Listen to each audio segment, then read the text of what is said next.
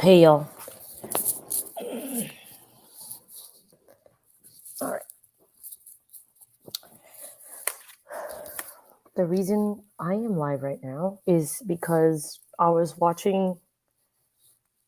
doing some. Okay, so I hope to leave this live up, so I have to make sure I don't act like a complete idiot.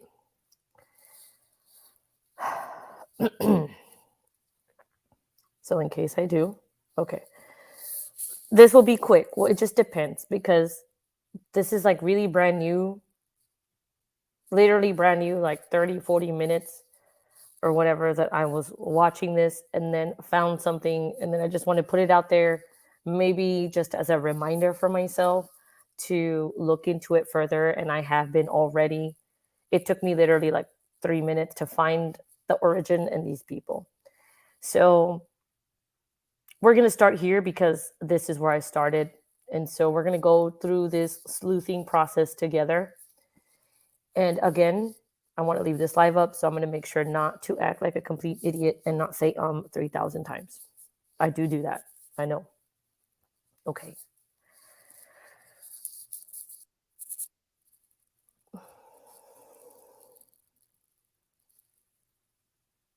Okay, I'm going to get out of Discord because all the beeping for me, it's like scroll.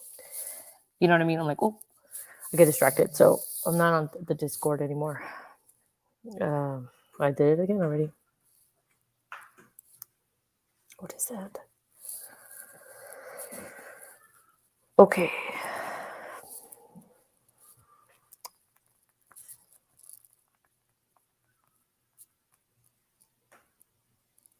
Okay, let's just get started, okay?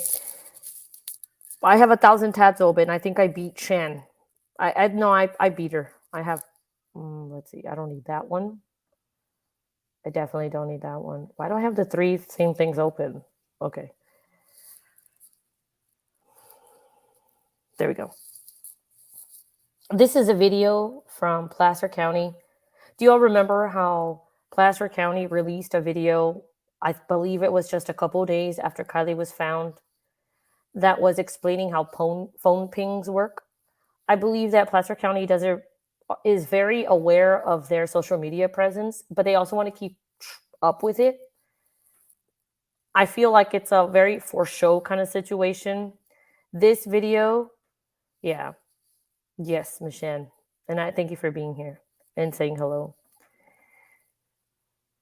So this video was posted quite a while back. It says from 1 year ago.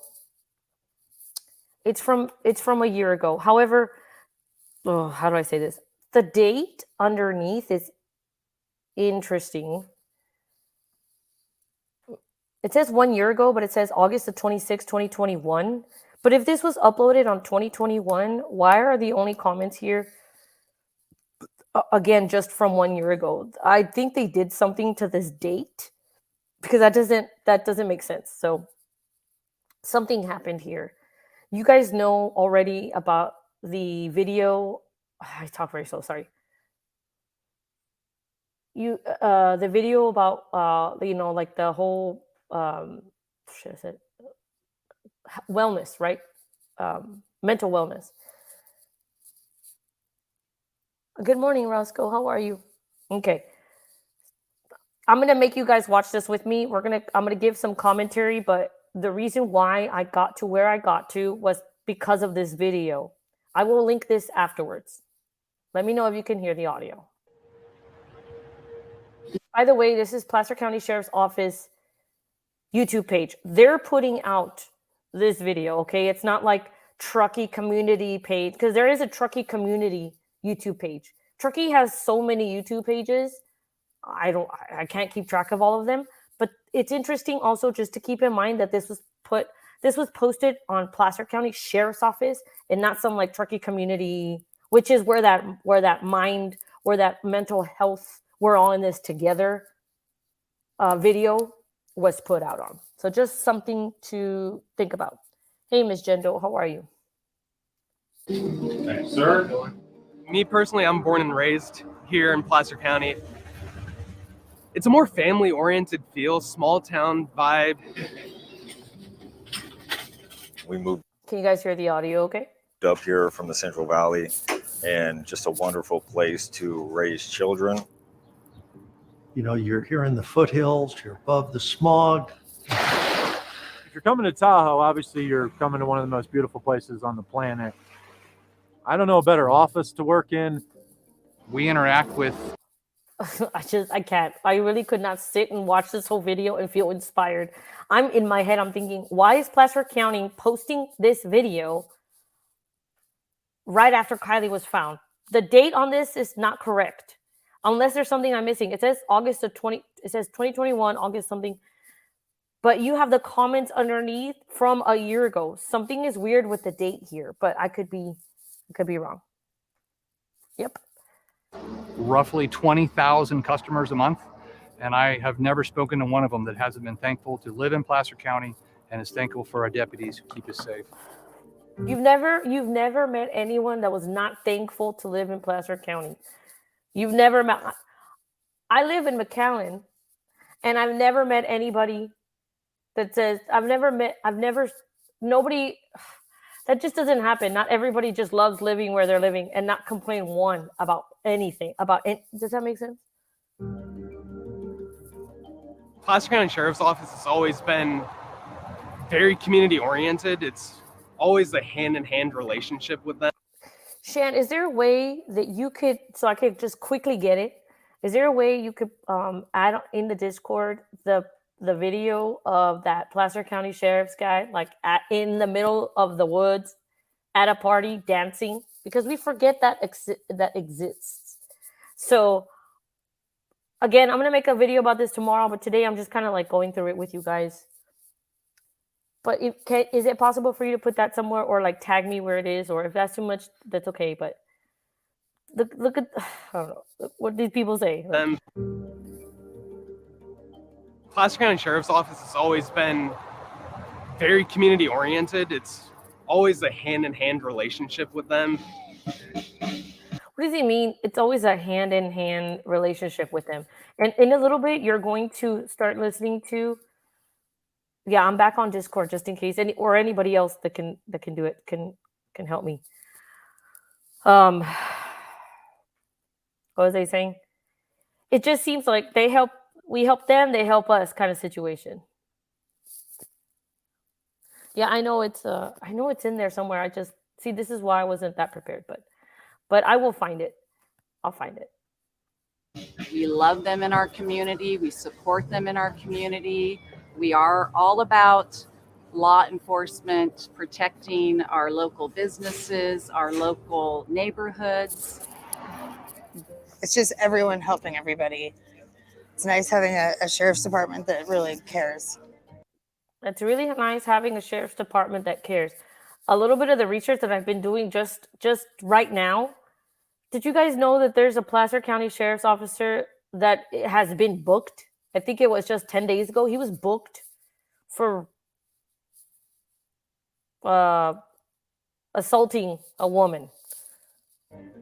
They're here protecting us on a daily basis and putting their lives on the line, so we ought to just show them the respect they deserve. So yeah, let's show them the respect they deserve. I don't know, this is just a weird video. Is that not like a vodka bottle or something? Is that liquor? This bottle. it works both ways, right? They support us, so Yeah, it works both ways. we definitely want to support them. We never have issues in this area because of how the sheriff's office is and how they protect the area and serve the community. They've never had issues. They don't have issues because the Placer County Sheriff's is awesome.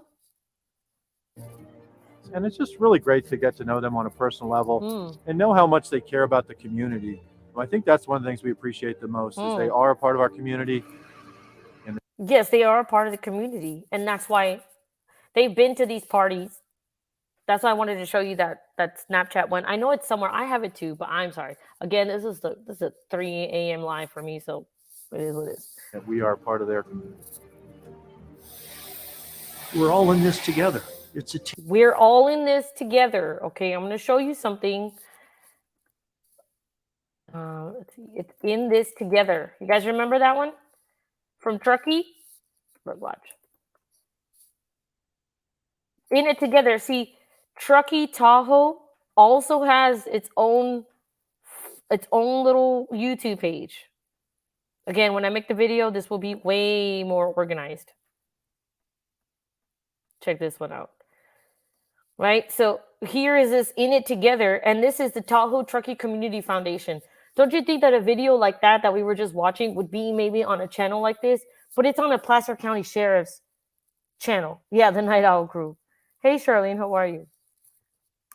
Right? They have this In It Together, and this was dropped 11 months ago on July the 26th, 2022. A month before Kylie, a month before Kylie. You look at the comments. So this is how I got to where I got to. Be patient. Look at these people with their big balls. Here's the thought. Maybe, just maybe, if you didn't spend so much time as a community covering up all the corruption and death of teenagers, you wouldn't have nearly as much need for the extra mental health you claim you need. I mean, speaking for myself, I know if I was a part of the community that required me to turn my cheek to all little town secrets. Okay, and so fault of occultism, pedestal lifestyle, go missing in Truckee together. People came after them in the comments, bro. They did. But okay, so they have this whole mental wellness situation, Sierra Community House. If you have a video about this somewhere, I don't care. I'm not gonna link it. Okay, let's go back to what I was doing. Okay, so let's go back to this. That's why I said In It Together, right? It's one of the things we appreciate the most is they are a part of our community and that we are part of their community. We're all in this together. It's a team effort. Yeah, I bet it is a team effort. Thank you so much. They're part of the community. Really? The officers are there helping you try shirts on at Target? They're doing this? Okay. If they're at Target helping your child find a t-shirt, then they're going to be at some parties. Maybe. I don't know. Hi, Miss Ninchi. Oh, you commented on that video? You think it was deleted? They're part of the community. Get involved in all our... You know, it's okay. This is kind of like similar to that video I saw, but it was dark. But here they are. Let's all play soccer together. Cool. Our local events. And we sure support the, Placer County Sheriff. Don Whitaker. Does that name mean anything to anybody? Owner and founder of Serenix? Who the fuck is that? Now I want to research that. Any way we can. They value our opinions, and it's always a working together environment between the community and the sheriff's office. So it's always, hey, what can we do to better our county? Not have parties in the middle of the woods, maybe, or like talk to your kids about not doing that. Oh wait, what was it said? What did they say? They said, we party there at night. We just know that if we get too drunk, like minors, if we get too drunk, we just stay there. Like, this is something we know. Yeah, so this community is not about following the laws. Is what I'm learning is that this community is not about following the laws that everyone else has to abide by. Now, some people can get away with stuff, but the community is so tight-knit. Just as long as you know somebody, you're like, hey, look, I know you're drinking, but just stay there and everything is cool. I don't live in the middle of the woods, okay? I don't know what that's like. But like, I live by the beach. Parents do not condone that kind of stuff. They don't want their kids going out to the beach. They say it doesn't work like that. I mean, but again, maybe Truckee is special. Hey, Melissa, how are you? Melissa, Don and Kay owned a large tech corp at the airport. They are very nice people. Donate a ton of money, but they live in a bubble, so probably have no clue. I appreciate you being here, Melissa. They make gaming LCD screens per the Google machine. Damn. I'm glad you're well. I hope you stick around because I want to get you, if you know about this, I want to get your opinion on what I'm about to show next. I'm just kind of taking forever to get there because I got a little triggered. How many times do you get to work at a sheriff's department and actually get to be on the water somewhere, not to mention Lake Tahoe? You can't beat the area. We got everything from the mountains to city. Sheriff's office has all of that, and at the same time, you're working with a great community. In Placer County, the only place I know in California that law enforcement is still respected. Is that true, though? Is the law enforcement still respected? So like no other county in California is respected?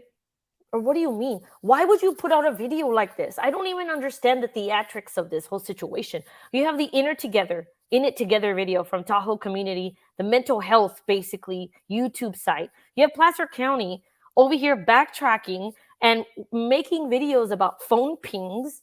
This is how phone pings work with us, bro. Nobody asked you to explain this shit to us. And then you have this, Placer County, a message from the community. It just seems very like what is the word I'm looking for? It's just fake, staged. I don't know. I don't get this. I don't get it. I don't get it. Damn. Hey, certified quality. How are you? Encouraged, appreciated, and backed up. We do whatever we can because Wait, what? It said corner marshal right here. and backed up. Okay, so they're showing that. Okay. We do whatever we can because they're always there for us. Mm-hmm. What was war? Can this video be viewed online? What do you mean? The video I'm showing you? Yes. It can be viewed on. I can put the link down here after where I'm done. Yes. Thank you, Shan. If you can help me with those comments, because I just want to get through this quickly, and I appreciate everybody that's coming in. Miss Sunflower, how are you? Miss Sunflower, you have to work in 4 hours. What are you doing here? Go to bed, honey. But if you want to be here too, that's cool, because I already know I'm insomniac. Okay. So underneath this, okay, let me play the end of it. I spoke over it. Just hold on. You're working with a great community. In Placer County, the only place I know in California that law enforcement is still respected, encouraged, appreciated, and backed up. We do whatever we can because they're always there for us.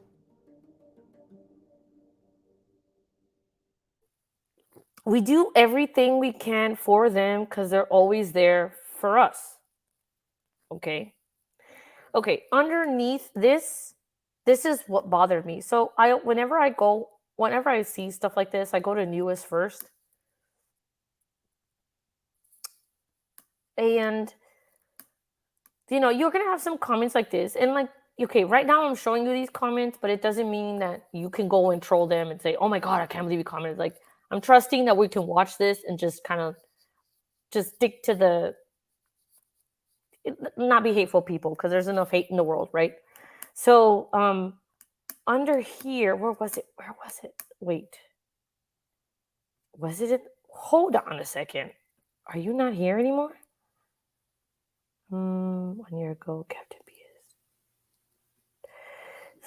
Did you delete your comment? Because I commented on it. It's no longer there. Hold on. Shan, do you know what I'm talking about? Because I had just commented. I put it in banter. And it's not there anymore. Hold on. I need to go in banter and see. Did I not take a screenshot of this? Or was it in where did I put it? Hold on. Something's not right. It's not there anymore. Hold on. No. It's not there anymore. Someone said, because I showed it to you, right? I literally screenshotted it, right? Hold on. Well, hold. I was gonna. Hey, pretty bird, how are you? Hold on. I'm kind of freaking out right now. Hold on. Because I showed it to you, right? I'm not making it up. I showed it to you. But it's not even in banter anymore. Hold on. Am I tripping? No. Something is wrong. I read it out loud, right? It was from this video, and I commented on it. Did I not fucking... Hold on. I think I did take a screenshot. No, I didn't. What the fuck? Hold on. I sound like a crazy person now because I cannot show it. Okay, I'm tripping.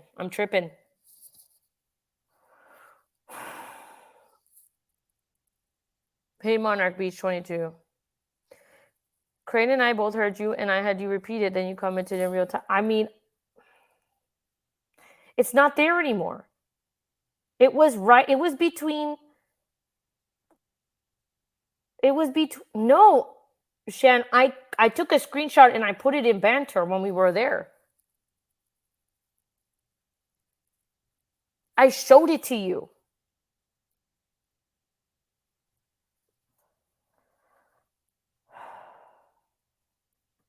But like when I do screenshots, I transfer them over right, and I didn't save it.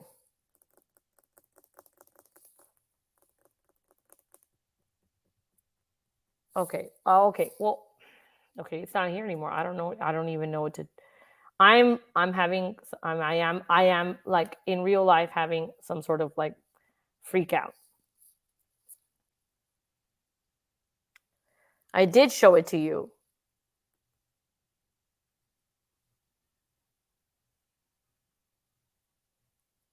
I did show it to you because it's from this person. I remember it's from this person. This person had commented, "This is a corrupt city." And I commented underneath and I said, "Oh my God, I'm so sorry this happened to you." And so it's this person. Please don't be weird about this. I said I wasn't gonna delete this live, but I may. No, it's because what the fuck just happened, bro? Like there was the comment was there and is no longer there. This person said that they killed my son and all this stuff, and I told Shan like I need to look into this. We're gonna like it turned into like this whole thing, dude. Okay, well.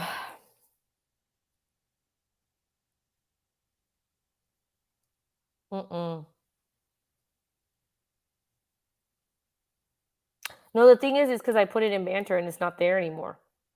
It's not in there anymore.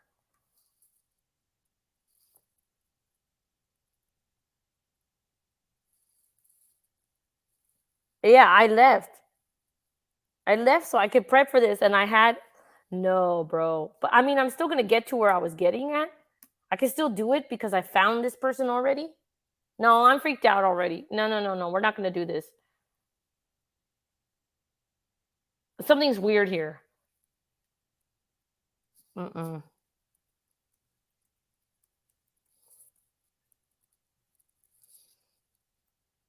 Oh, Discord, where I communicate with my friends, and so I was looking at this video. We were kind of sleuthing we were in Discord, and I was sharing screenshots or whatever. But the fact that it's not there in banter anymore is kind of freaking me out. Hey, Carly, how are you? Okay, I'm gonna keep going, but I'm not gonna let this go because, hey, Mama Smurf, how are you? Because that literally freaked me the fuck out just now. Okay, so this person, I know for a fact, commented and said something about Placer County being corrupt, which is the whole reason. Why I even decided to do this. And then I was like, you know what? If I go live, I need to do my homework. Okay, good. I'm not crazy then. It's not there anymore. So maybe this person doesn't want me to talk about it because they deleted it, but they had added that comment underneath that video and it's no longer there. And that's why I'm freaking out. However, I found you. So it is what it is at this point. We are here and we're doing it. And I'm not going to say sorry. And you know what? I was going to end it, but I'm not going to end it because this matters. So this person said that someone got away with basically killing her son. So there was a DUI. So there was this person named. Okay, let me just stay focused because I'm spooked. You hear it. Let me get back on. Give me a second. I need to get back on to what I was doing. Like my brain. Give me a second.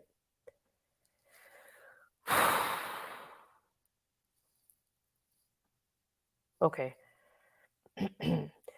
This person named Nicholas Manuel Baker. This person said Nicholas Manuel Baker killed my son. Only got 4 months. Okay. I'm gonna keep going. Yes. Well, I mean, thank God Shan's here. Okay, this is the video she put up. Actually, the other one, where the fuck is it? This person, she says, Nicholas Manuel Baker killed my son. Placer County DUI fatality, October 2020. And really, I wanted to talk about it so we could give this person support, you know. And I had commented under their comment to say, hey, I'm sorry this happened to you. I want to cover it. Is that okay? You know, I try to do that. But I mean, look, everything's already on social media, so I'm just going to assume it's okay. She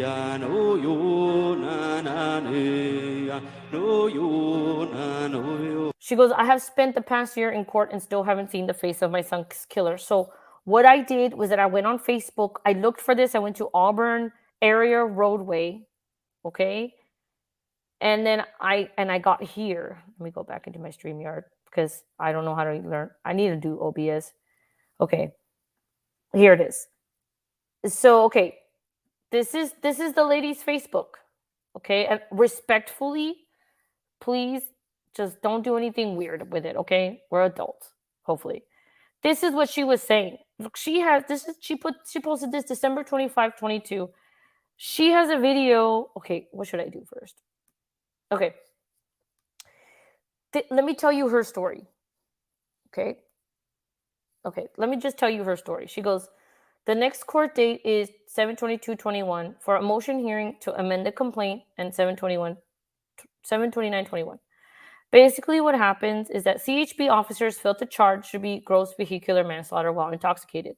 This Manuel Parker person, Nicholas Manuel Baker, he had a head-to-head collision with Miss Wesley's son. Okay, apparently he only got 4 months in jail because he has connections with law enforcement officers.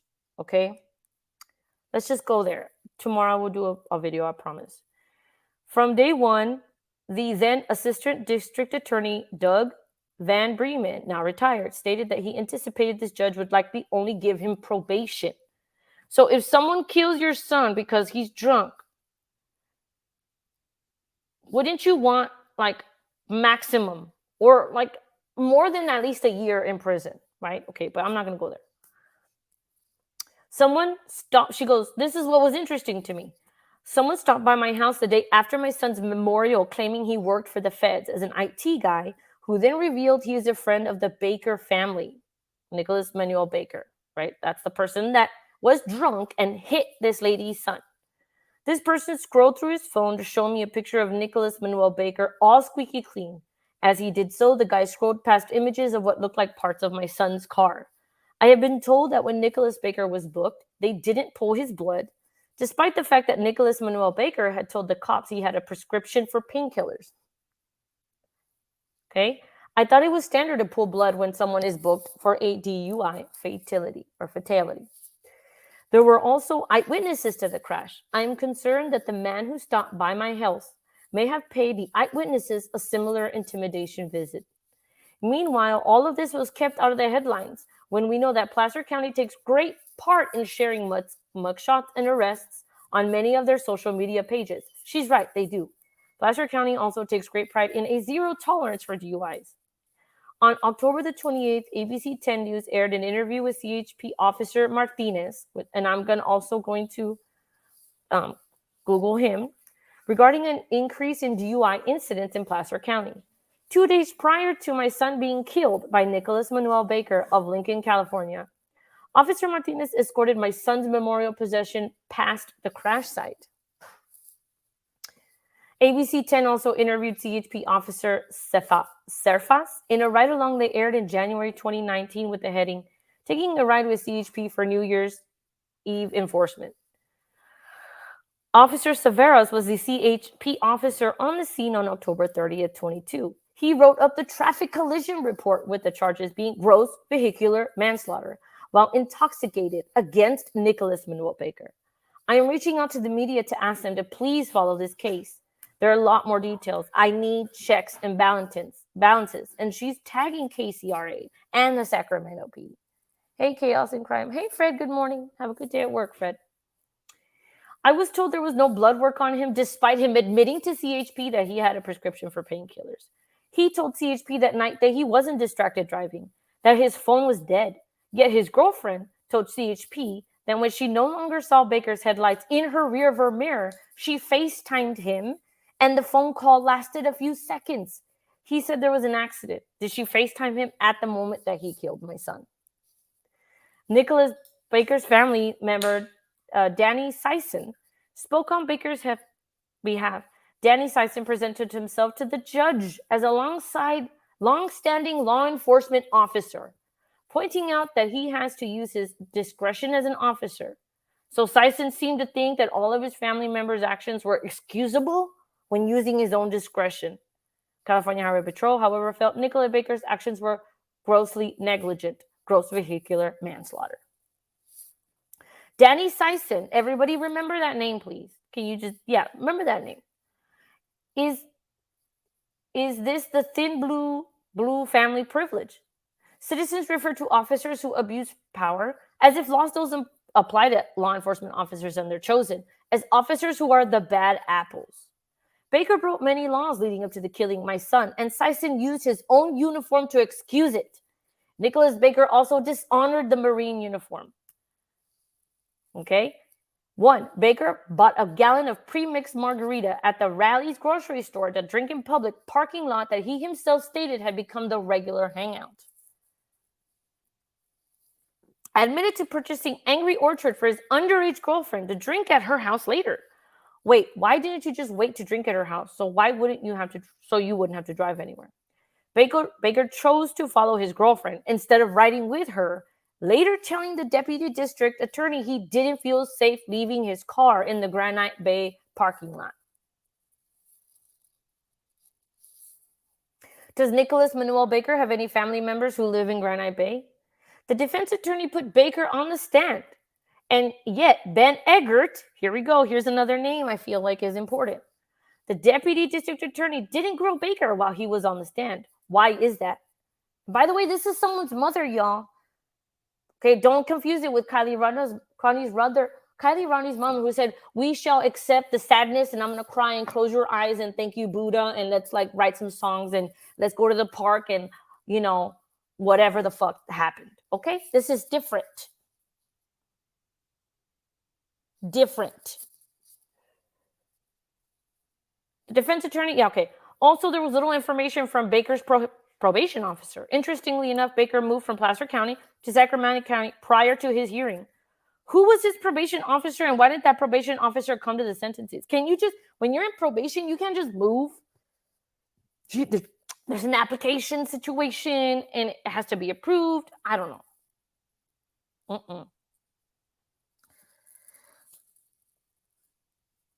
Vapor, is that you? Vapor, this is you. Do you want to come up on panel? Because this is your story that I'm telling. Please come up on panel. Please.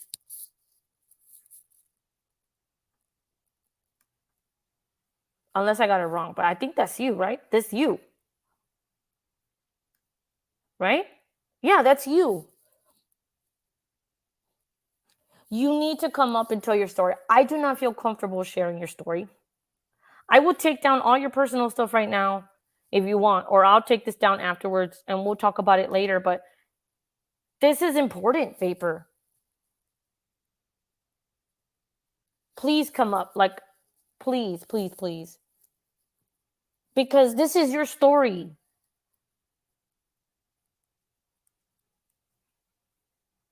Thank you for being here.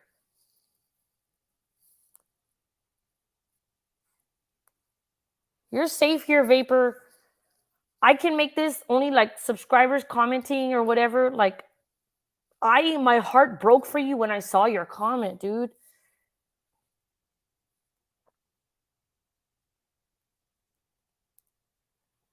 Or I can start a new live and end this one and you can just tell me your story and I will show you whatever, because show whatever you want me to show.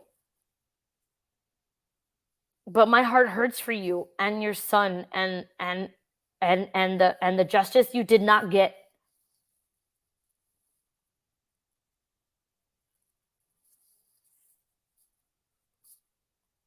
They have technology that will remove any information they don't want online. Well, see, there was a comment There was a comment that was left. Yes, I saw that, Michelle. And I have researched. But can you tell us your story? Can you come here and just talk to me? Or I can end this live and we could just talk, because this is fucked up, bro.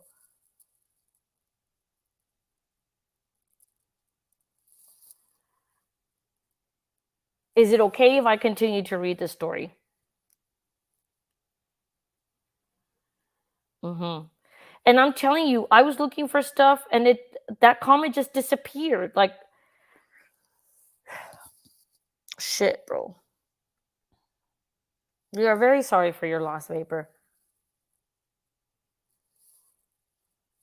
Okay, I'm going to take it as a no. Do you want me to take down your Facebook page? Because that's what's up right now. This is from your Facebook. Do you want me to take that down? I can end this live. Like, what do you need from me right now? And I will do that. This is what we were just talking about in Shan's live earlier. So I'm going to take your cue. But if you want to just talk to me or give me some insight, otherwise I don't know what to do with at this point. I'm kind of like pausing now. No, because she's here. The mom, she came. She's in my life. Not a respect. I'm not just. Yeah. I'm not. She's here, so I fucking. Yeah, I just want to know. I'm gonna pause here until I know it's okay, or I would take this live down, or whatever you need me to do. You're in charge, ma'am. This is your story. But when I saw the comment that you left on that Placer County video where you're like, corruption and they let my son's killer go free, like, I couldn't just, I had to look into it. Please listen, she is correct. Who is correct?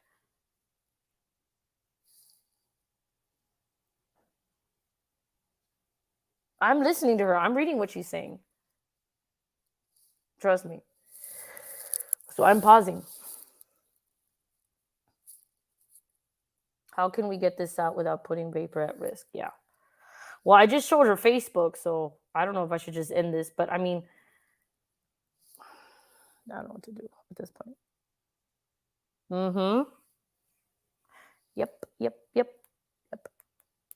Okay, this is what I'm going to do. You know how sometimes your gut just tells you something? My gut is telling me something right now. And so did one of my friends.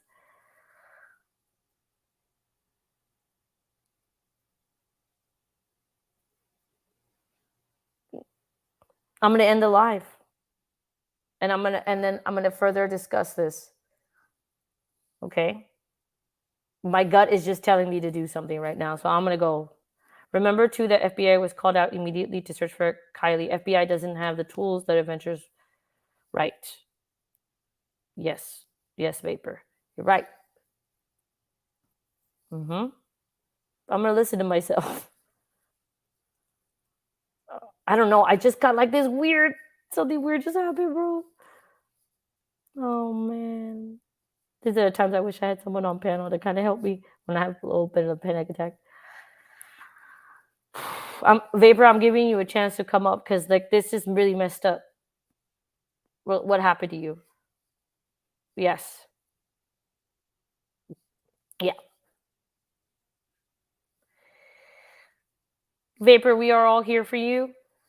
And my heart is with you. And your story is important. And I appreciate you being here. And I hope you will come back. I feel like I need to approach this in a different way. Yeah. Okay.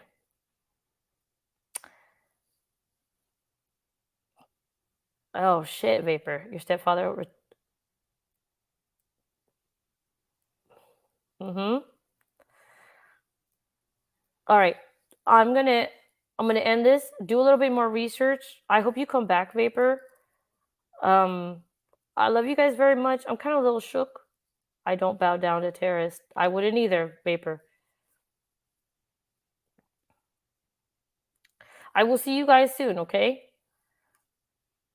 I love you all very much. No, I don't know, dude, bro. I don't feel comfortable doing this. I don't feel comfortable.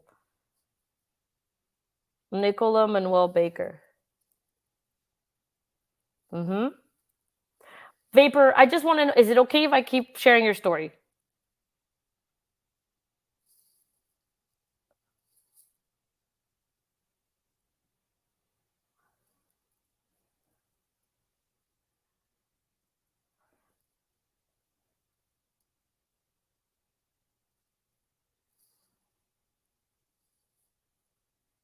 I know it needs to be out there, but please answer Ara. Yes, there are celebrity ties.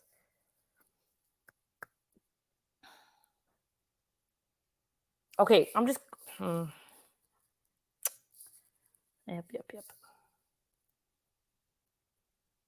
Millions of dollars with the family. Whose family, Vapor?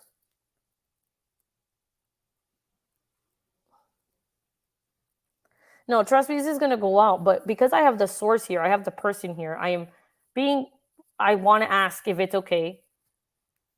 I'm getting a little bit of like a gut feeling.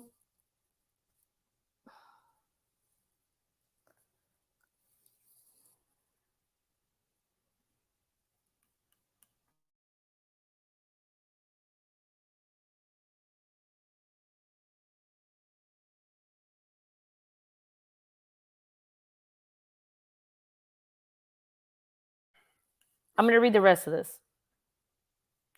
The defense attorney put Baker on the stand. Oh, yeah, I read this. And Ben Eggert, the deputy district attorney, didn't grill Baker while he was on the stand. Why is that? Oh, yeah, here we go. Here are my questions since Ben Eggert didn't do his job. How do you suddenly go 6 feet over the center line, head into my son in front of eyewitnesses without realizing how it happened? Were you that inebriated and distracted? Alcohol enhancing the side effects of prescription meds?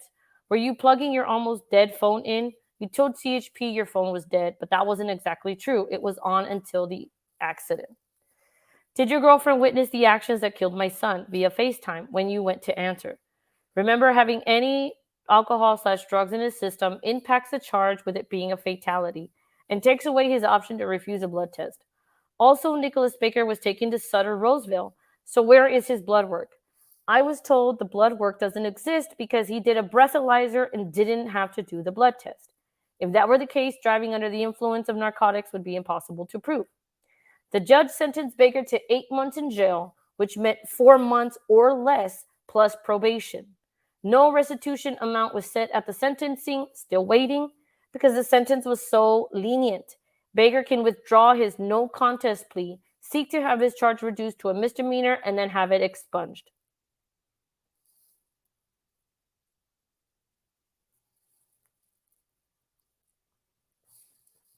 So my question is, because there is record of his arrest, but it was weird, so I don't know how accurate this is. But this is what I found on arrest information for Nicholas Manuel Baker. All it says is City, Lincoln, California, which coincides with what Vapor is telling me. 24-year-old male. It just says arrested for gross vehicular manslaughter while intoxicated. DUI. The BAC was .008 with injury, and the arrest was on October the 31st, 2020.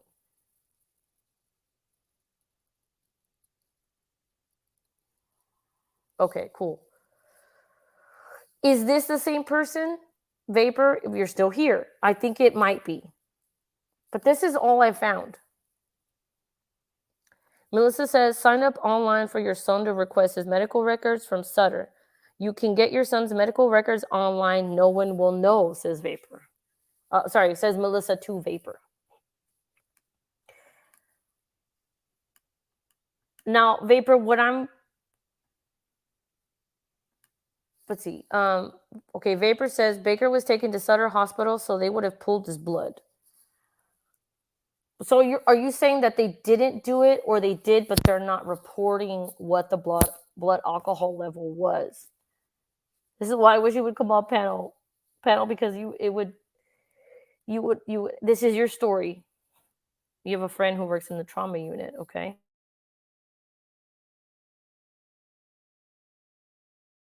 So as of 2020, Vapor, what has happened since then?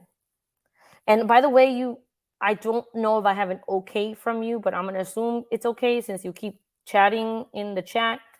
I just don't want to be rude either. So what did your friend who works at the trauma unit say, Vapor? You feel certain she was there that night. Who? The trauma? You use his information online. I have a friend who works in the trauma unit. I feel certain that she was there that night. Ninja Chihuahua wants to know, is this an open or case closed? That's also what I want to know because there's not a lot of information on this online. Now, from what I'm seeing here, and this is from the Facebook page, there's this video. I just don't want to trigger you, Vapor, if I share this video, but it's on your Facebook, so I don't know. Just give me an okay, Vapor, if you're hearing me. Just give me an okay. Please. I'll wait a little bit. I know. It's a lag. No criminal charges, bro? Are you serious, Shan? Are you serious? Look up Paulo Sup. He lives less than 8th mile from where my son kills. He knows something. Okay. I still need to know if this is cool or not. Look up Paulo Sup. He has been supportive of me. Told. Wow. Okay.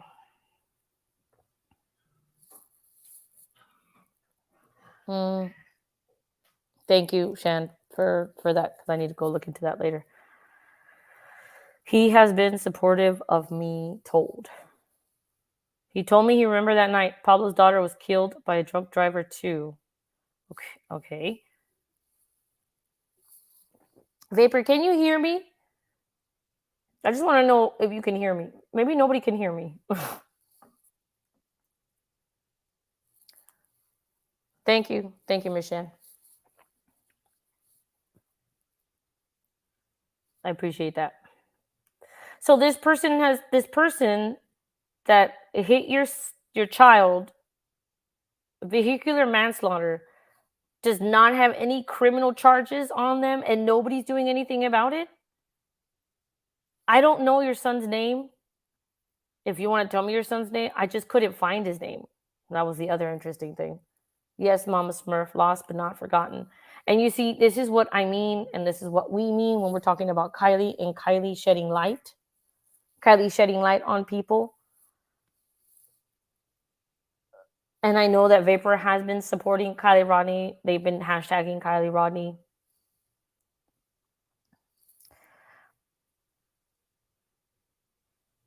But okay, I'm just going to keep going then. But this is what Vapor provided on their Facebook page. That's why I said, is it okay? We do see you, Vapor. We see you. This is what they shared. They shared this name. So the booking information is there, Shannon. You don't see this either? Baker Nicholas Manuel P002. There's the jail ID number. Arrest made for gross vehicular manslaughter and a DUI 0.08 alcohol. All I can find on Linda Warren. Booking process. Here it says 21 though. Why does it say 21 if he's 24? That doesn't make sense. Vehicular accident with fire in one of the vehicles. Major head-on collision. Update 1:15 a.m. This is from the Auburn area roadway Facebook page. If you go there, you can find this information. Just type in like Nancy Noel or Kathy Baxter. Kathy's an admin in there, and you'll find this. I found it. Okay. Yes, it's me. Okay. No, I know it's you. And I just want to make sure it's cool. Okay, good. If you want to come up on panel, you are more than welcome. We will protect you. I'll do whatever you want. Okay. Type 144 fatality. Man, it's just weird, right? So like, here, what is this? Okay, so this is the video that Vapor published. Okay.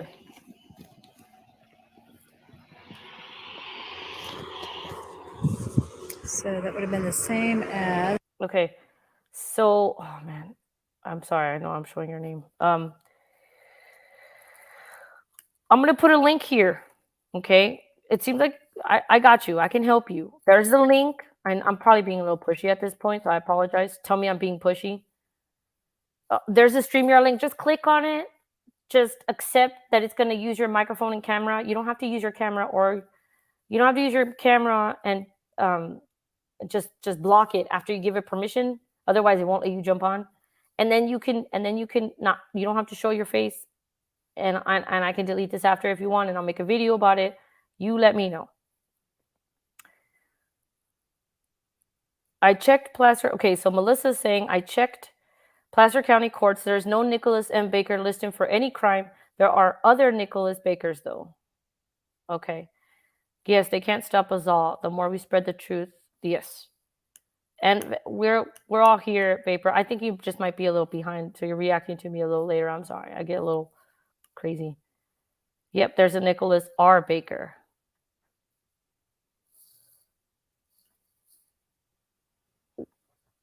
So, okay, I'll keep it up. But the link is there for you. I just think your voice needs to be heard too. That's all I'm saying. So, but I'll stop asking. I've literally asked like 30 times. I've become obnoxious at this point. I apologize. That I am going to be sorry for.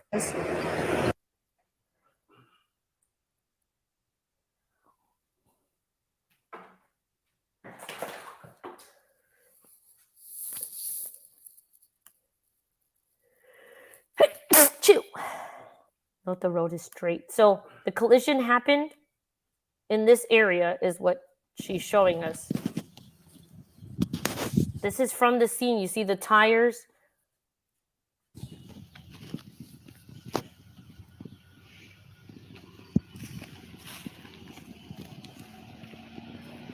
Okay. And so this is where the impact happened. The same as.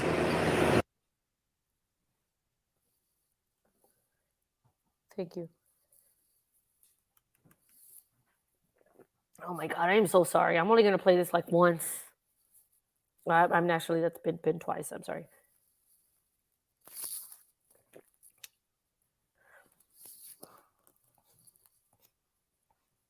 All right, we'll keep sharing. Don't worry. Yep.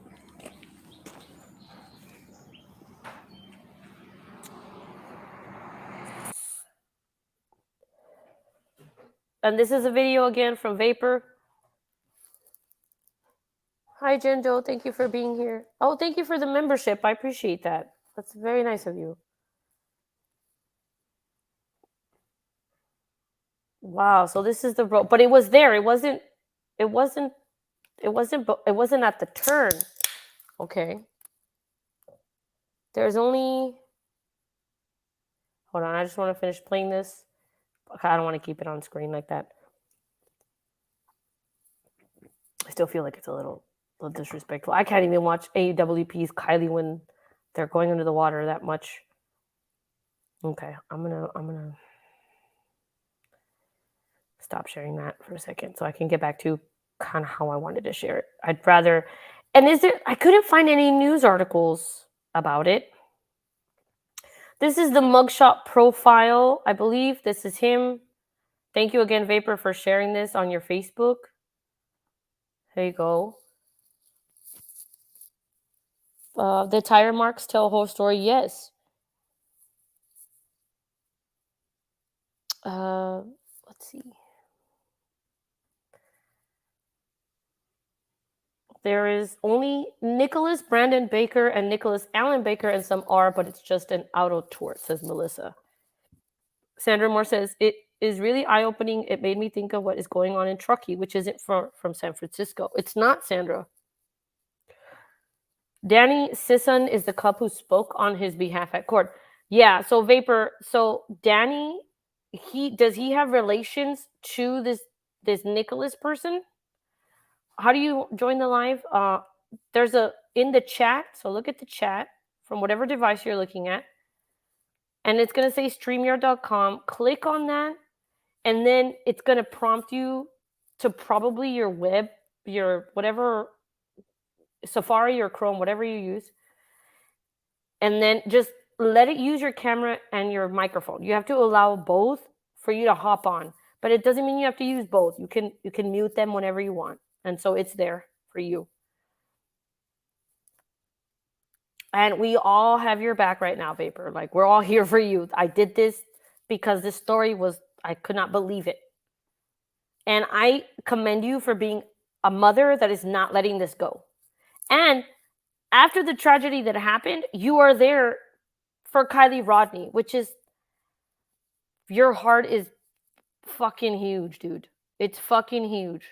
Yeah, I will. I'm gonna make a video about this, but look, please comment anything that I'm getting wrong. But okay, I'm gonna. So here is the Placer County Sheriff's Department mugshot profile. This is him. Okay, the charges are there. This is to certify that this document is a true and correct copy of the original document, which is on file in this case. Bedart R. something Senior, Coroner Marshal Department, 12/1/22. Okay. Yes, you have the right to tell your and your son's story. Absolutely. Yeah. And I'm not going to stop talking about this now, because especially if this person is not in jail right now. No, you just don't go free for that. Even if it's an accident, people have to pay for that, because drunk driving, you put this on your Facebook. Drunk driving is a choice. It's a choice. It's not an accident. Oops, I drank too much. I was having too much fun. Oh, I killed somebody. Oh, well, you know what? It was a mistake. I'll never do that again. No, just like the kids for Kiely, the kids that were at that party and saw this shit go down, they don't get to just, they forget about this and live their lives. They don't get to. They don't. Sorry. So it says occupation, construction, restoration, employer, Oracle. Okay, that tells us where he worked. I need to save this for later. But no, you don't get to just forget. You don't get to just live your life about it. Oh, you have receipts. I'm collecting donations for bail. And then this person says, don't worry, cousin. I got one on speed dial, aunties. Somebody better have bail money. Probably going gambling. What the No. Just no. This is from the Facebook. The Danny Sison person is the one that spoke for this asshole to get off. And so they have connections to PD? Is that what you're telling me? That's what you're telling me, Vapor? Hey, King Scarlet, how are you? I'm a little upset right now. Hold on. I don't even know what the heck you're feeling, Vapor. I wish you would come up and... You better... I'm going to share this as much as possible along with Kiely Rodni, because fuck that. What? This is, again, what's on here is Vapor's share. I'm just on Vapor's Facebook.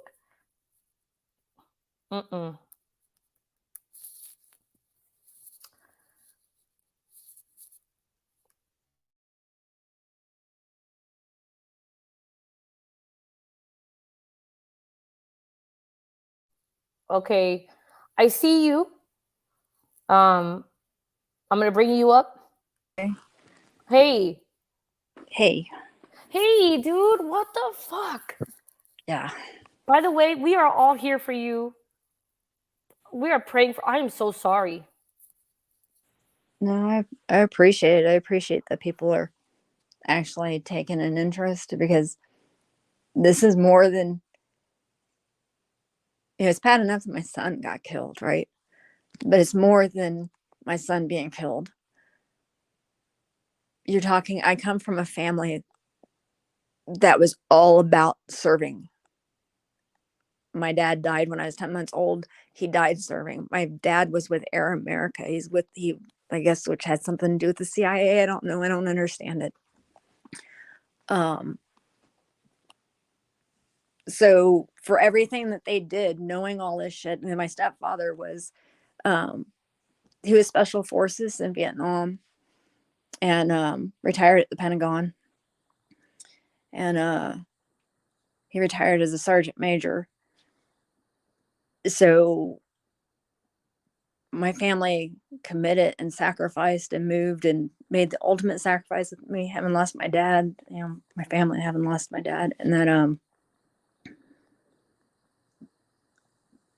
and they didn't give a shit. Placer County didn't give a shit. So for all of their talk about, we support our troops and how much they honor the uniform, they're full of shit. What about the CHP officers that were there that were upstanding men? They were exceptional men who worked my son's crash site. They, You're talking about Officer Martinez? That's that CHP no, so officer? So Officer Zerfas, Uh-huh. Zerfas, and Officer Terry Okay. were the ones who worked it. And you can even Google or go on Google Zerfas. You'll see interviews of him and you will see the kind of man he is. He is exceptional. Okay. He is like the kind of men that I was raised around, because my first memory started at Fort Bragg, North Carolina. And so this all special forces guys. And what that meant to me as a kid is these were men who were very disciplined, who cared about how they carried themselves always. And they were heroes. They're heroes. I don't call them that because they're very humble. They're not the way that you see in the movies. Okay. They're if you saw a lot of these guys walking down the street, you think that person's a history teacher. That person's, a preacher. They're very peaceful. I don't know the side of them that goes to combat. I'm sure they can do the things that they have to do, but Zerfas, the way that he carried himself was very extraordinarily upstanding, as same with Officer Terry. And you can find it, there's a video where the Officer Zerfas was being followed with media, and when you hear him, he pulls somebody over who is texting while driving, and when you hear how he speaks to that person and how he carries himself, he's very humble. Just his character is quite obvious.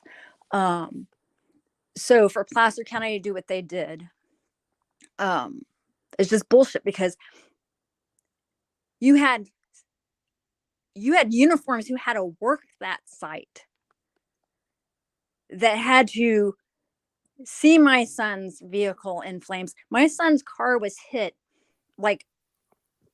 less than a quarter of a mile from the fire department that's there at was it? Sorry. I apologize. I was on your Facebook. It's King Road in Auburn Folsom. Yes. So I would be willing to bet you money that some people went on foot before the trucks came, because it probably would have been quicker for them to run on foot and come with medical supplies while they pulled out the trucks and stuff like that. I can't speak. Pablo Subst, who I wrote his name down when I was messaging you on YouTube. He lives right next to where it happened. Wow. And he remembers it. And so there's, and you look at where it happened, there are houses, because this is 11 o'clock at night, 11:30. So people are still awake. They're going to hear that. They're going to see that. Yeah. And so not only would you have, there's a vehicle behind my son's car that had two people in it. So it wasn't even just one eyewitness, two eyewitnesses, that let alone the neighbors, that are right there, let alone Nicholas Baker got drunk in a parking lot at the Dutch Brothers parking lot in Auburn, Folsom, and and Douglas Boulevard. Mhm. They were getting drunk there weekly. Like, Wow. and because this is during COVID, right? And then you Mhm. have restaurants there that have outdoor seating. I knew that they were getting drunk there because I had a friend who worked at True Value, or not True, is it True Value? Ace Hardware. Mhm. And so sometimes I'd wait for him when he'd get off of work, and the kids would be pulling in around 7 o'clock, and they're Wow. drinking and they're driving their fancy cars that have their great sound systems. And so the whole community knew this was going on. Mhm. And so he got drunk in that parking lot, and he might have been at the lake. His sister lives near there. Mhm. From what I could gather, like just miles down the road. So it's just Well, Miss King Officer Scarlett, she wants to Officer know what your son's name is. If that's Dylan Dylan Rowsey. Dylan, and then last name, spell that for me. Rowsey, Rowsey. I put the name in the chat, and he's gonna be a name that's not gonna be forgotten, Miss Wesley. Because that's the other thing too. It's like when they went and they pulled all the shit off of Placer County sites, Mhm. and then the stuff that would show up would talk about, Dylan Rowsey was killed, and they went and name a time when somebody is like a drunk driver kills somebody, right? They list the person who committed the crime, not the victim. But in my case, they list the victim of my son, but they protect Nicholas Baker. And just like, they have connections, I have connections as well. And I asked people like who have connections, who have security clearances, like on huge levels, to research this. Because I was like, I knew instantly, as soon as things got fishy, I knew instantly as like affluence and likely law enforcement. And the reason I knew law enforcement was because my California dad was law enforcement. He was like 36 years retired. He worked 38 years with Sacramento County Sheriff's Department. And so there are certain things that I have other friends who are law enforcement. And so there's certain things that I know, such as law enforcement family members, when their license plate will show up as nothing. What? Yeah, they're protected. What? So the other thing, like judges and things like that, like say if a judge needs to get information, right? It needs to do something DMV or whatever. So then they have to put in a code in order to get the information accessible. And then, so like say they go to DMV or whatever, and then it's shut down. It only stays open for so long. Okay. So that gives them, because they need protection because they're judges or and they're law enforcement, all that. Which, okay, in one instance you can understand if somebody's being moral and has ethics. But when you're doing something shady and criminal and corrupt, that's a dangerous tool. Yes, absolutely. So yeah, it's So then what's the situation right now? And it is Rowsey, correct? Yes, Rowsey is my name. Your baby's name. And so then what happened to what's his name? I don't even want to remember his name because I hate him now. Well, I want his name to be remembered because otherwise right. he's anonymous. That's the reason why, right. Mothers Against Drunk Driving didn't do anything.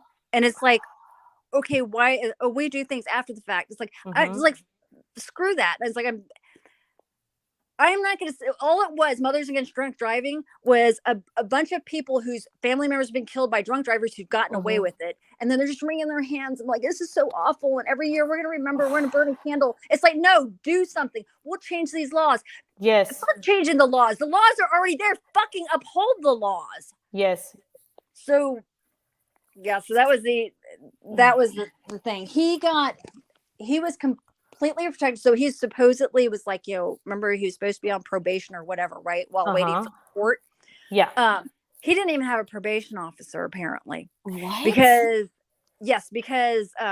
he didn't show up for one of his things, and he said, "Oh, I didn't know. I thought I was supposed to call in." Bullshit. And we call bullshit again too, because don't forget, he was a Marine, or like as he would like to put it. Remember too, my father raised up soldiers, because my father went as high as you possibly could in rank as an NCO. My father retired as a sergeant major. That's amazing. So my father knows what it is to raise up troops, and what the standard is and what they're taught. And they're given like these weekly classes on like drinking and driving and drugs and texting. And Marines are also given a card that should they ever be intoxicated or need a ride or whatever, they call that number and they have a ride.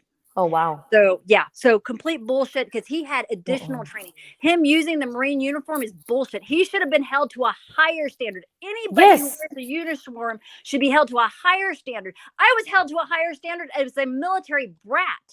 And I'm talking, and when I say that, I'm saying when I was a kid, as like 5-year-old kids, you watch military kids, military brats, you watch them. They don't act like other kids.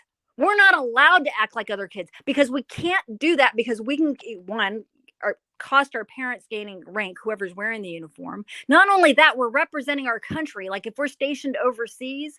So as a child, I had better discipline than Nicholas Baker. And Nicholas Baker went through boot camp, and he comes from law enforcement family. So he should have had it all the way around. He should know the laws. And then he went through boot camp. And if the Marines couldn't shape his ass up, then he needed to be in prison. Yes, I agree.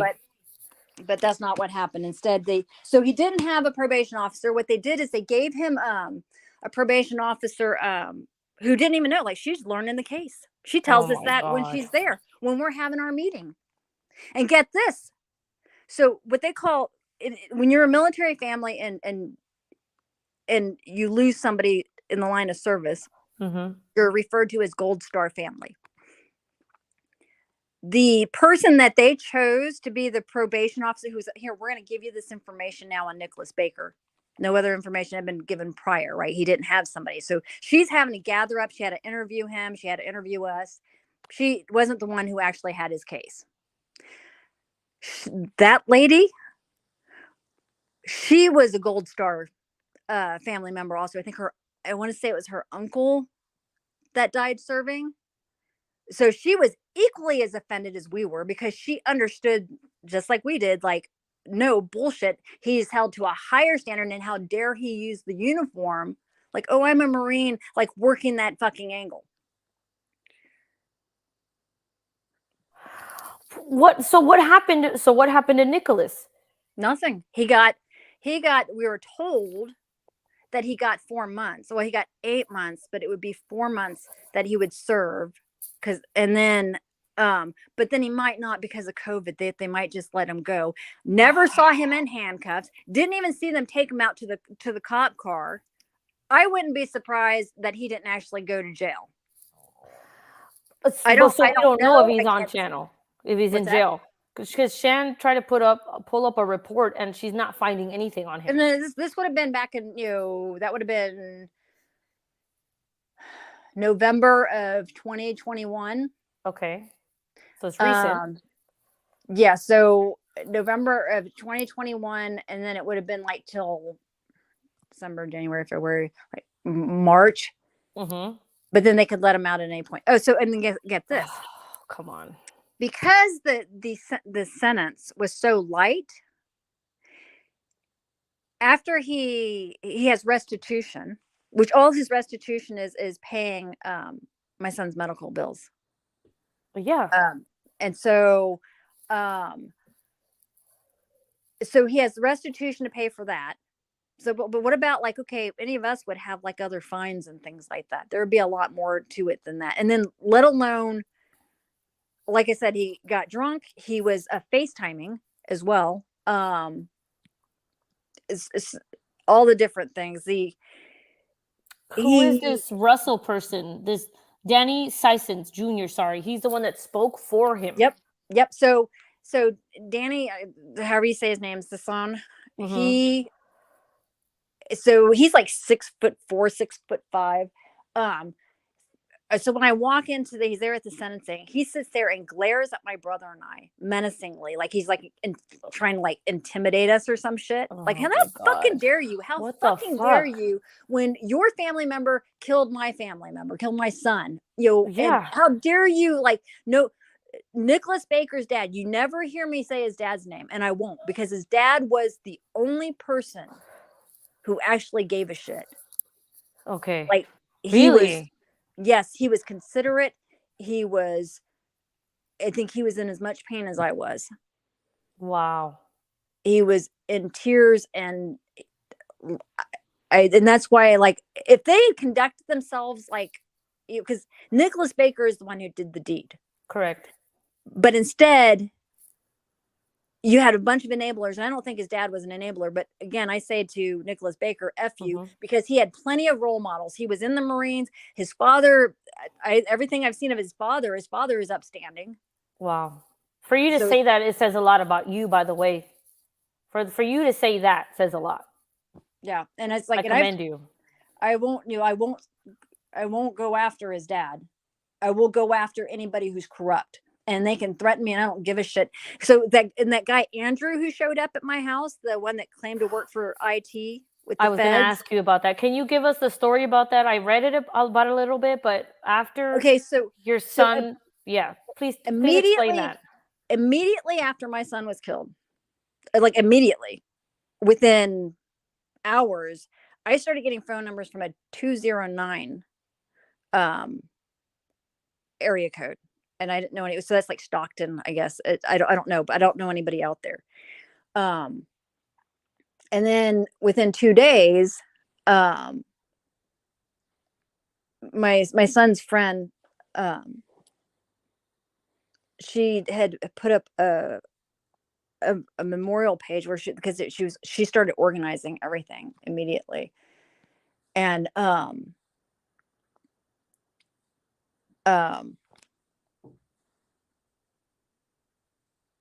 you okay? she got, yeah, it's just like Okay. right now, like my brain's kind of like going blank and stuff, like I understand. because I already had all of this stuff, because 4th of July now is very I know. triggering for me. Any of I'm these so sorry. patriotic holidays. Yeah. So she had set up the memorial page, and then immediately, so you're talking within 2 days, there's a lady contacting saying, oh, we found something, my boyfriend found something at the crash site, and we're trying to find Dylan's mother. It's so awful what happened, you know. And we found something that belonged to her son, and we think she would want it. Okay. And so they connect her to me, and then give her the phone number, because there's too much stuff going on, right? And I'm not going to be like doing social media. And I said, here's my phone number. She calls me, and then she tells me that her boyfriend, well, he's out doing his walk, and he found an envelope, and it had money in it. Well, once I found out it was money, it's like I didn't give a shit. You know, I thought it was going to be something like, I don't know, a necklace, you know, something that would be sentimental. And so I told her, it's like, look, you know, we can schedule something. You can meet, like, you know, within a couple of days or something. And then, so now they know my name, because they wouldn't have known my name prior because of the fact that I have a different last name than my son's. Correct. My son has his dad's last name. And then we didn't stay connected on social media. And that comes from my military background. Like, we keep things separated, because like I didn't talk about my son. I didn't put pictures of my son out there. I didn't do those kind of things. I've seen that. It was hard to find him, actually. Yeah, even his name. Yeah, you protect that. And then so once they did that, so then I call her up, and you know, this lady up, and said, okay, you know, look, I haven't heard from your boyfriend. You know, what's going on? Oh, well, he's working on a roof, or he's doing something, working on a house or something. So she makes up an excuse, so they make up a couple excuses, and finally said, no, look, I think I even gave him the address and said one of the days where he's supposed to show up, and they didn't. So the day after the memorial was the day that my parents and my brother left. So my brother's taking them to the airport, and so it's Actually, they all left that day. And so it was the first time I'm alone since my son was killed, completely alone. Okay. And other than the first night, Sorry. the and within less than, like, I don't know, 20 minutes, 30 minutes, there's a knock on the door. Realize there is my house is sitting way down at the bottom of this hill. And Do you feel like you were being watched? yes, because it's like a dead end road. So if you look it up, like Google Earth it, if you look up like stage. Well, I'm not gonna put your address out there No, like that. no, I don't live there anymore. Okay. I want to say it was called Stagecoach Trail. I can't remember right now, but so at the end of there's a cul-de-sac, and then you got this long ass driveway down to the end of it, right? Okay. And there were no vehicles at all in the driveway because my truck was at the shop. And my friend was a mechanic, so that's why. So my truck's at the shop, and so for somebody, because I thought it was kind of odd that immediately, and especially with no vehicles there, and then like he didn't call. He had my fucking phone number, and he didn't call me. You know, especially for something this major, just shows up. And so when he comes in, you know, first he's sitting there, he's like, "This is, you know, awful," and he hands me the envelope, and really, I'm in shock still, because it's like, I don't know if it was 2 weeks. And he hands me the envelope, and the envelope is flat and straight, and it's clean. There's a little bit of a dirt edge to it, but it's clean. And I was expecting it would be like crumpled and dirty. I mean, it had been in a car accident, and there was a fire and stuff. And then I'm looking at the envelope, and my brain's not registering it as I'm looking at this envelope. Like, what's wrong with this envelope? What's wrong with this envelope?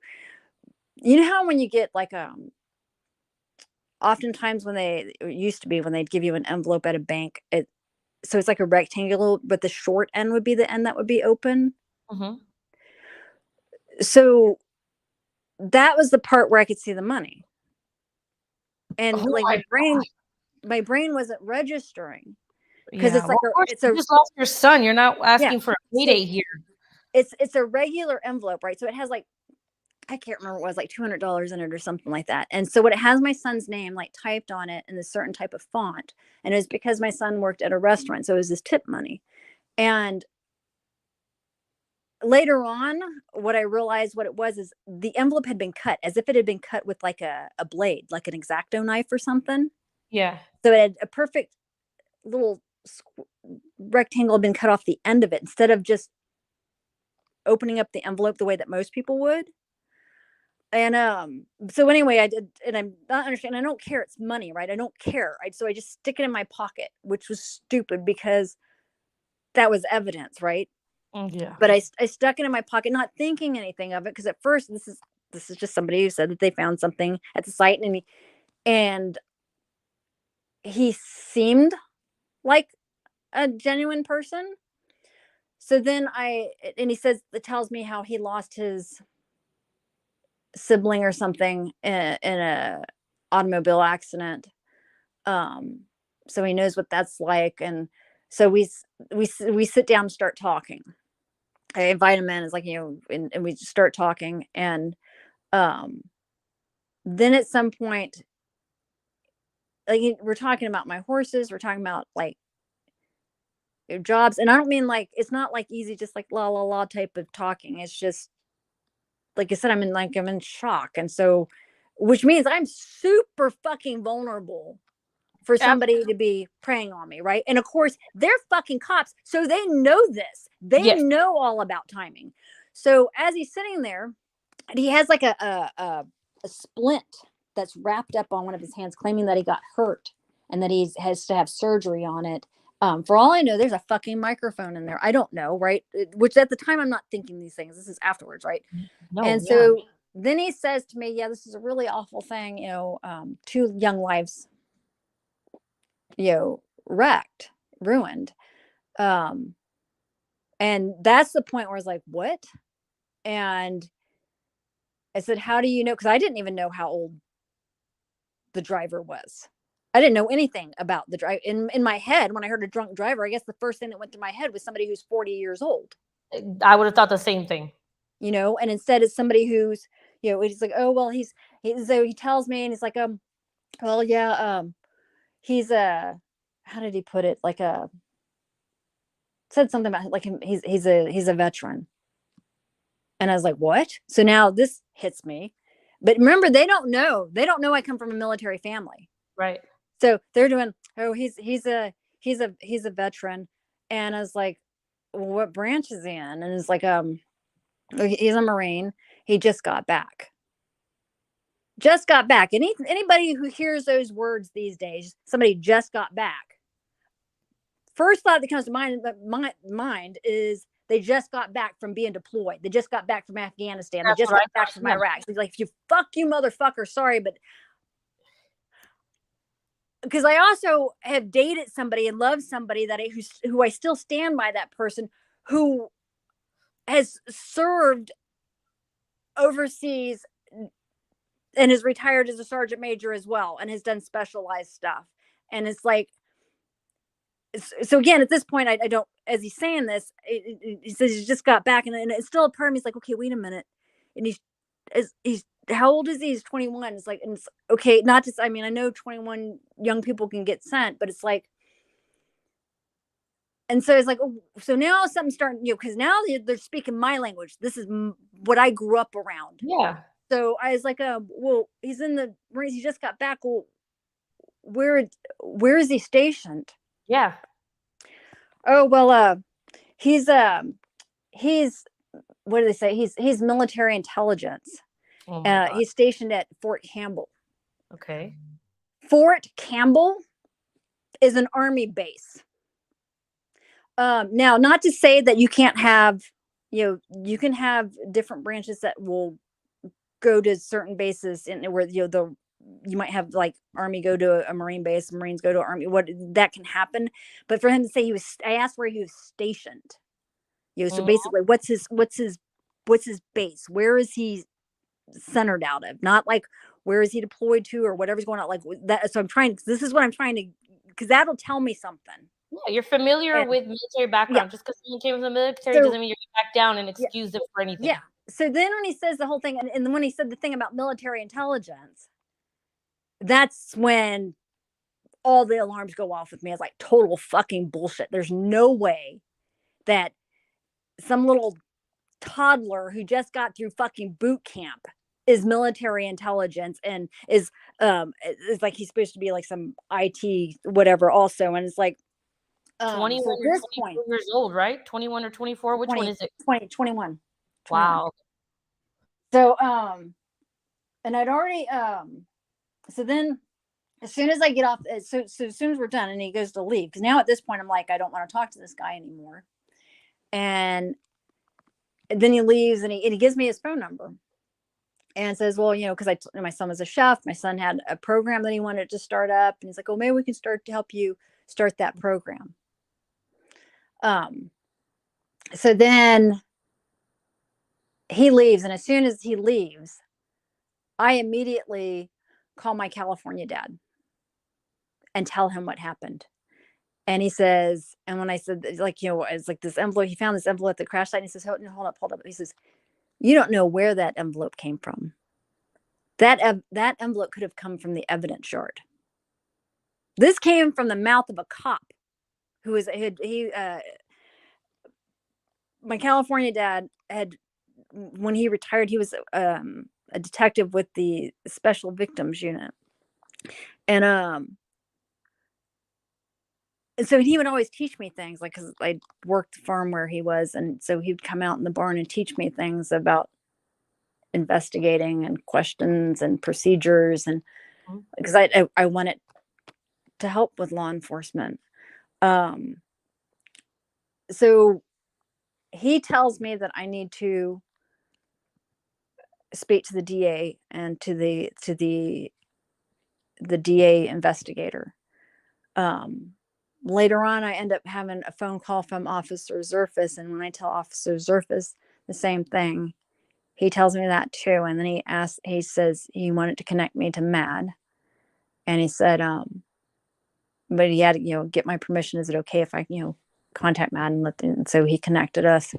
Because I'd sent, for those of yeah, you that don't know. yeah. And so, because I'd sent him, because my son wanted to do things with law enforcement also.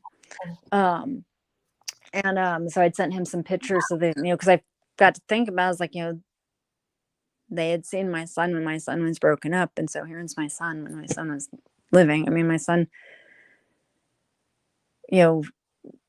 was killed pretty quickly. They took my son to set at Roseville. So one of my clients that I'd had for a really long time, she was an anesthesiologist and she worked the trauma unit at Sutter Roseville. So she was always on call. And so that was one of my first thoughts is like, I wonder if Renee was on call that night, because Renee's always on call. And later on, Renee told me that no, that she wasn't. But anytime she speaks of it, she speaks present tense. So it's not like, and then she speaks as if she's living it right then and there. It's just not like she's relaying what somebody else has told her. I see. Because what she said, because she broke down in tears, because I had her, she was gave a victim's impact statement. And because I told my family that too, I said, I think Renee was there. I said, she says that she wasn't. And I'll respect that, because for whatever reason, maybe she'd rather it be that way, because that's what fucks you up, is when it's somebody that, like she's dealt with lots of people. And because her and I would share stories, because I trained horses. And so as we're working together, she would tell me things. I was like, I don't know how you deal with that. And she says, well, it's, when it's a patient, like you're moving them from that trauma. And then like, she doesn't see it all the way through to the end. She just sees it as they're getting them to the next point, to where they're going to have surgery or whatever. And, but it's different. And I know this because of law enforcement background, because of military, that when there's a personal piece to it, that's what turns it into post-traumatic stress. Absolutely. And she her breath starts to get shallow. And she's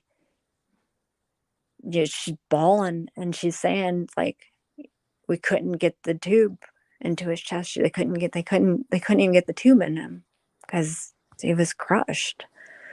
And so again, Baker family, I am so fucking connected that I have somebody at the ER. Not only that, but I have a friend whose father is, I think he's a lieutenant with Placer County Sheriff's Department. Okay. And so he knew before I knew that my son, about the crash.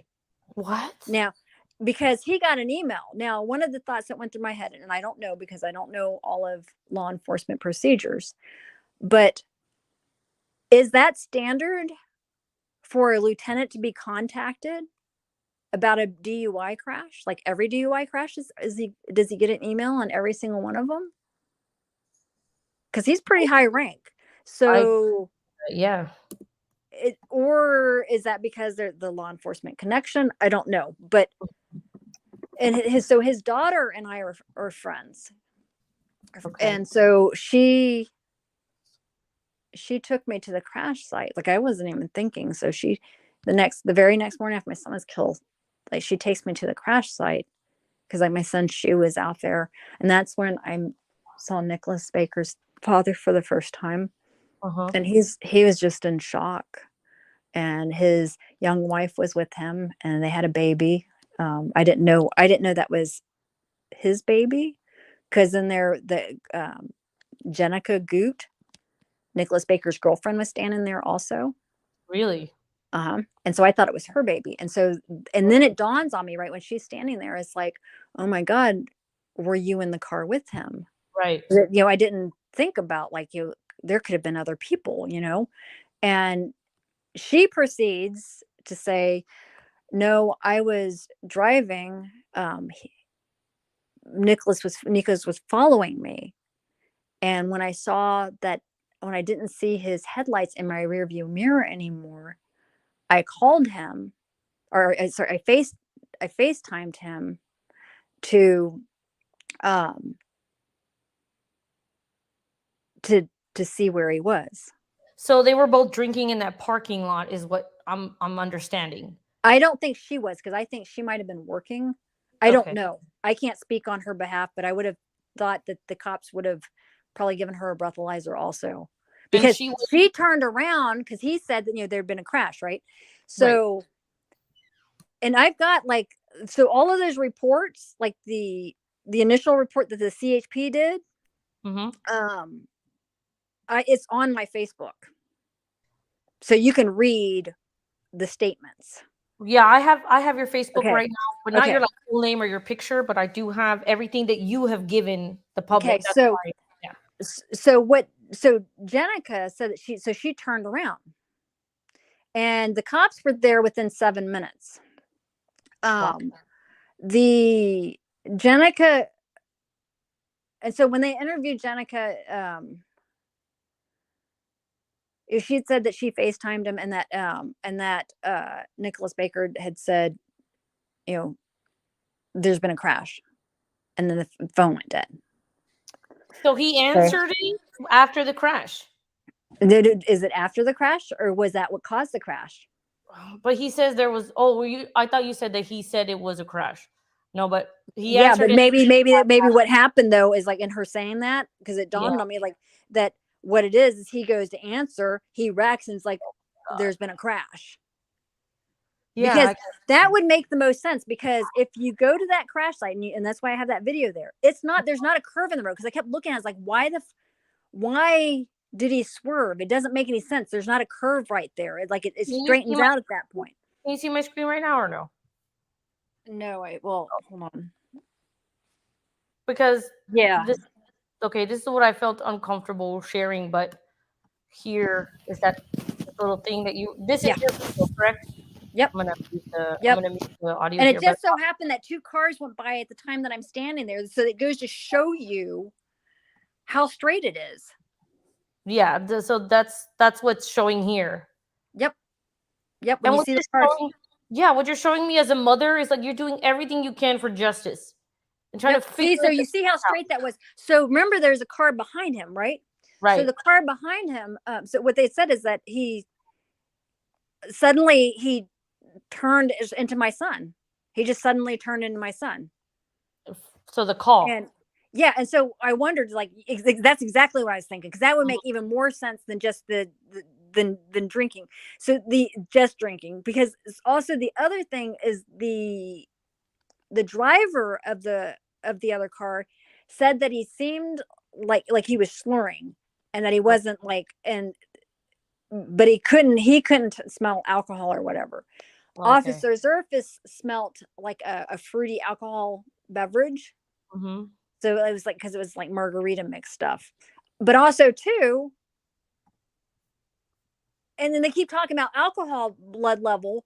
Mm-hmm. What the fuck ever? Because what about the fucking painkillers? Because if he's on painkillers and that, mm-hmm.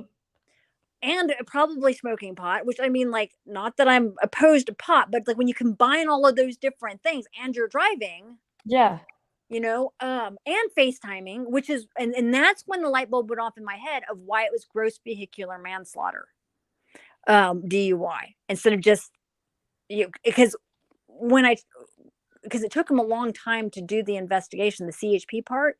And when I called CHP and asked, like, is it ready yet? And they're like, it's not ready. And the lady explained to me, like, the charge is gross vehicular manslaughter, DUI. And she says, that is a very high charge, as high as you can go without it being murder. The next step would be murder. Uh-huh. And that the CHP wanted to make sure that they did absolutely everything correct. Mm-hmm. So CHP, Officer Martinez, this is where Officer Martinez comes into the picture. I was trying to do some research on him, but he's kind of like all over the place. I can't really narrow down what I think of him just yet. If you want to give some insight on that. He wasn't he wasn't there at the crash site, okay? Okay. He, with my son's memorial, I think my brother called to see about whether it was an escort or whatever, police escort, I don't know, but somehow, so Officer Martinez ended up doing the escort for our cars to go past the crash site and then to the memorial place where we were going to do the memorial. Okay. And he just went ahead and did it. He didn't even bother like doing, because he wasn't expecting it to be that many people. Officer Martinez. So if you do your research on him in terms of look up Officer Martinez October 2020 interview. I think it's with KCRA News. So I think it was on October 28th, so just days before my son was killed. Officer Martinez was interviewed, and he was talking about other places DUIs had gone down, and Placer County DUIs were on the rise. And he was raising the question as to why. Placer County used to have a 0 tolerance for DUIs. And I know this because I've gone through their program. Like I said, I wanted to do work with them. They had a 0 tolerance for DUIs. And when I say a 0 tolerance, if you had any alcohol in your system, you were going to get pegged. You were going to get hugely in trouble. Like when I heard that it was a drunk driver that killed my son, I said out loud, this person picked the worst county for them to drive drunk in. But now you have DUIs all the time. The reason why Placer County was so hard about DUIs was because Officer Matt, I can't believe I forgot his last name.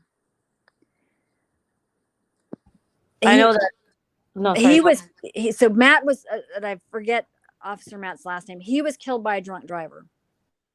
And so while he was on the working a scene, he was working another crash site, and then a drunk driver hit him. And not only that, the drunk driver hit him in front of his partner. His partner was Luke Griffin. Luke Griffin was the private was not the private, it was the DA investigator.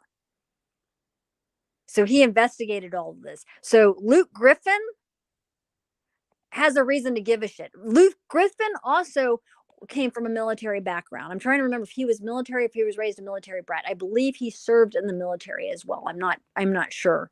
Okay. So, and I liked Luke. I like how he carried himself. I felt a lot better about him. Same thing with the first DA. I forgot his name. You mentioned him earlier. The one who told me that he kind of gave my family the heads up, like they're going to try to get away with just probation. Damn, I need to go back. I need to do more research on this, but because the other thing too, like when he said that, because he also, I can't believe I forget, that very, very first DA, that very first time we ever went in there, Van Bremen. Oh, the retired Doug, yes, Doug Van Bremen. Yes. Because the other thing too, so That's and right. I had respect for Doug Van Bremen, and I knew people who knew him also, who spoke very highly of him, who knew him personally, and so and how he carried himself and everything. And so when he says that, look, they're probably gonna, like, I already, because that's the part I didn't understand. I already know this judge, they're likely gonna go for probation. I thought, yeah, but why would they already have a judge when the judge wouldn't be determined yet? I don't know. But so then the other thing that Doug said to my dad, he says, and thank you for your service. Oh, and what? So, and when he leaves, and because my father turns to me and he says, I never mentioned anything about being in the military. Yeah, like how did he know? They've already done their background on you, and then on at least on my father. Yeah. So yeah. So, and whether that's through like Luke, because they would have started the investigation right away, So but yeah, so and then shortly after that was when like Doug retired, and then so I was constantly seeing different DAs. So I never knew who I was going to see. They lied the very first time I went to court. They lied and made it seem like Baker and them would be there. Like, we're going to keep you in this room over here, because they didn't want the families seeing each other because it might cause issue. And then they scoot us into the thing, and then oh no, they're not going to be there. And then and then Nicholas Baker's attorney is on a screen, and he had filed a waiver so that Nicholas Baker didn't even have to be there. So Nicholas Baker wasn't even inconvenienced, not one bit. Not one bit. He didn't even have to come to court at all, ever. What? Yeah, until the sentencing. He had, and one other time where he had to plead, where he pled no contest, and then he had the sentencing. But what they didn't tell me is that he could sit there and change his mind afterwards. And so in that, they would lie to me about different times. So like because I would always post like, this is the day it's going to be in court, it's going to be at such and such courtroom, whatever. And the times would change up. The other thing that would happen is like on the sentencing, they told me a different floor, and then they switched the floor again. They switched it 3 times. So everything was done to protect that family. Yeah, and I mean, they could easily say, well, she misheard, so she doesn't know. We actually said this, she didn't go.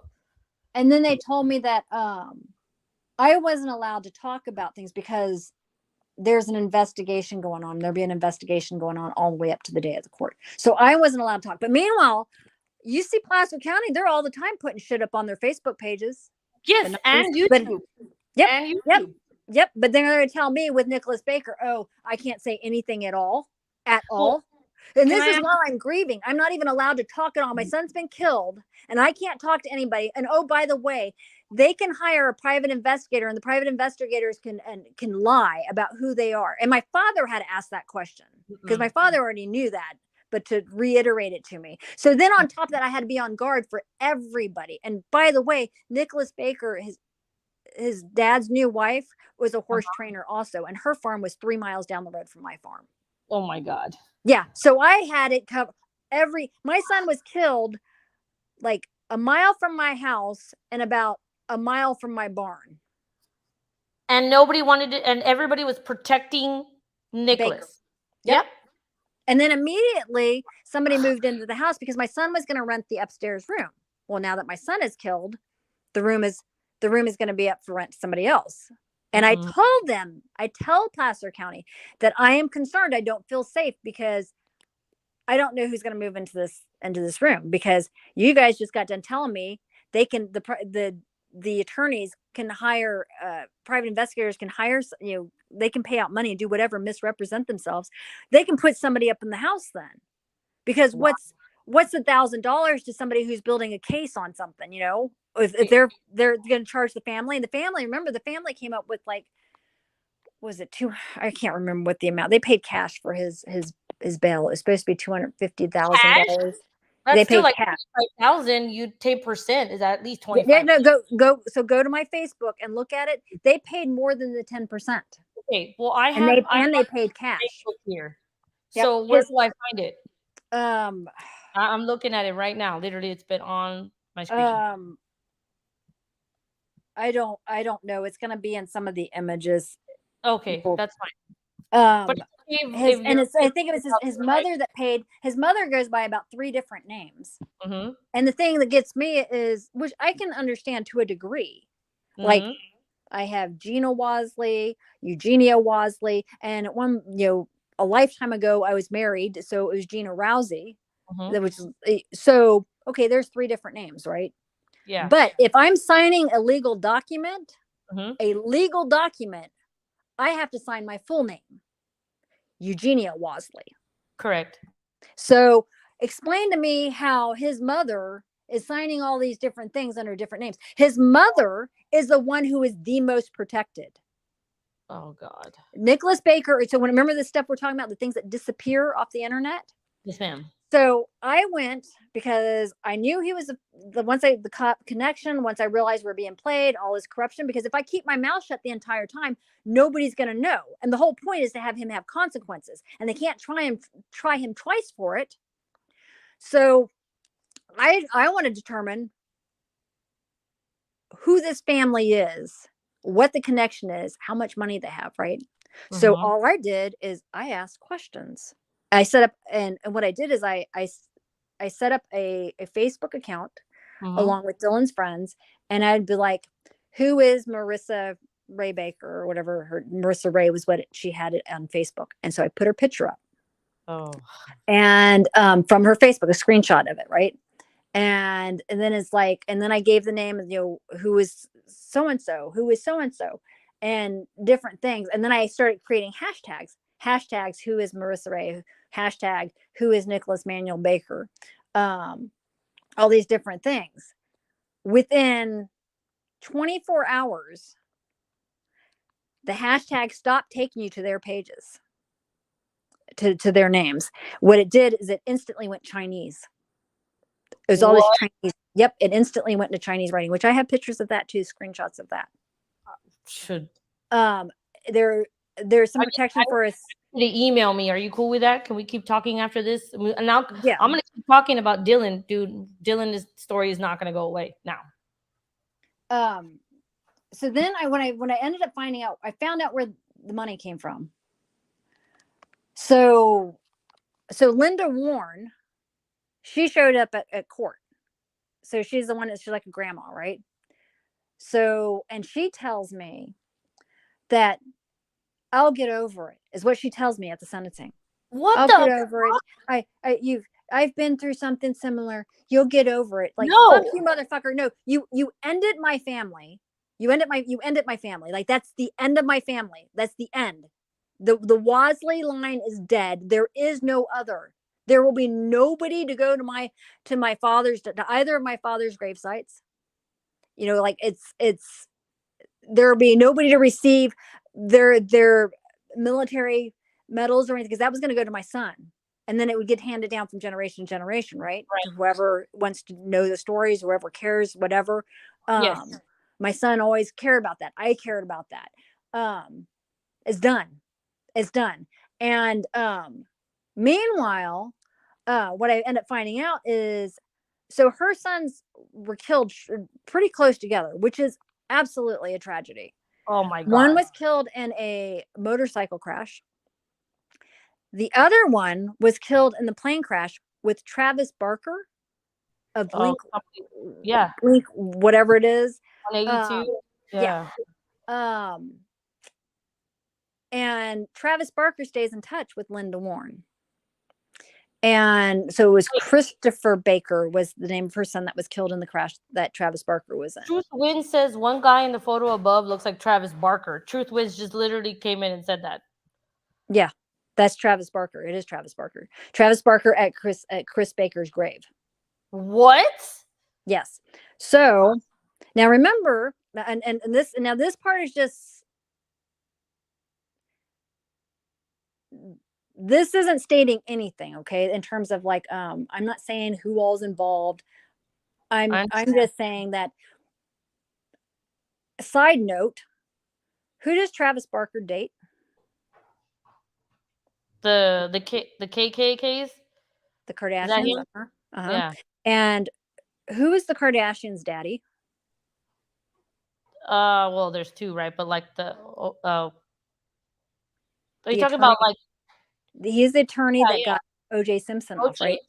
Oh God. So yeah. now I'm not saying anything, okay? Like, because this is speculation on my part. Travis Barker is a drummer from Blink-182, if you guys don't know, and he's married to one of the K's, Kardashian lady. No, like, okay. So which okay, and I'm not saying anything, but no, that could just be something where you can ask, like, well, hey, what do you think about how do we handle this case? I don't know. That's one of the thoughts that goes through my head. That is an opinion, a thought of it. Like, I'm not stating that's what happened at all, right? Because they could have nothing to do with anything. They could just not give a shit. They can have nothing to do with it. Okay, because then the other part of it is that what I found out recently is that, so Chris Baker, the one who died in the plane crash with that Travis Barker was in, he had a wife and a child. Chris Baker did, and they took whether it's the airline, the pilot, whatever, they took them to court and got like $20 million. Yeah. For that crash. There you and go. So exactly. So that's why I say, like, the other stuff is whatever they've got a family member who they've got money in that family, yeah. Okay, okay, some people got confused, and you're just, I want you to just talk and say it all. You need to say it all. You need to get this out there.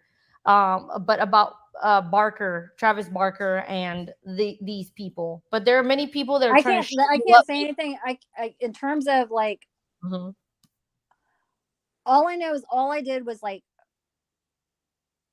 I just went down the rabbit hole of like, okay, who is who? Like I said, like she shows up at the thing, her kids had died.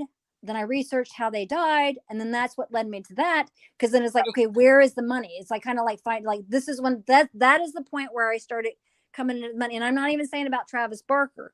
Right. The only thing is like anybody like my son got killed by a drunk driver with eyewitnesses who got drunk at a fucking parking lot, and I got shit. So Right. the average person wouldn't have gotten $20 million for a plane crash. My father was killed in a fucking military plane crash. We didn't get shit for that. What? McDonnell Douglas, which I guess they filed bankruptcy, is what I was told. Which whatever, because that's we got like you get military benefits, okay, but my point being is like we didn't get millions of dollars for going to a lawsuit, Right. And my thought would be, unless they prove some sort of negligence, it was a plane crash, it was an accident, is what, unless they prove like was the pilot drunk, what was going, I don't know, like what, I haven't gone deeper into that, and on those regards I'm not going to talk more, because I could see them, that fucked up fucking family who has no low that is too low, trying to set me up to come after me, to be like, oh, she slandered, she whatever is whatever, so it's like everything is just we're just having a discussion. That's all it is. Yeah. And you So, have to tell your story. and That's my it. whole thing is this: I don't fucking give a shit, other than the fact that he will not. I don't care about money. I don't care about them killing me. I don't care about going. I don't. They've taken the only thing that matters to me.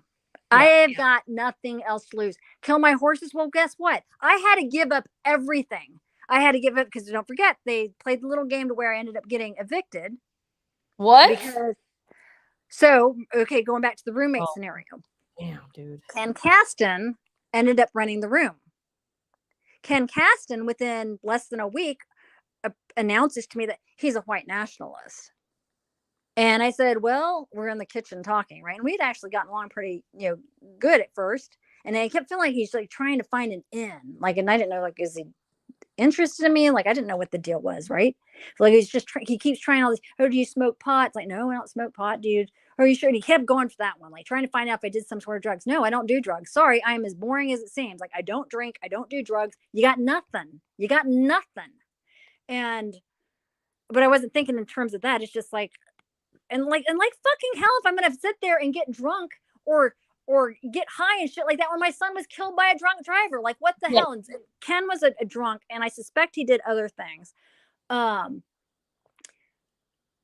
So he says this to me, and when he says this to me, I said, well, if you're a white nationalist, you and I can't be friends.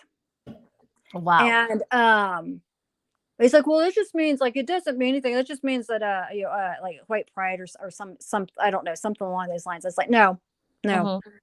Everybody knows what a white nationalist is. We all know what the white nationalist movement is. We know what white nationalist is. And it's like, I'm not, it's like, if you're thinking that I'm white, I'm not white. I'm a mutt. I'm half Japanese and a blend on my dad's side. Multiple times he brings it up with me, like, in terms of like, oh, you're Irish or whatever. It's like, no, I'm half Japanese and I'm a mutt. In my entire life, I've always listed everything that I am, because how dare everybody try to reduce me to one thing? Like, yeah, exactly. I'm a blend of everybody that I came from. And then culturally speaking, my mom is Shinto, and then I have the military blend. So, like, green was my family, and then Shinto was my spirituality.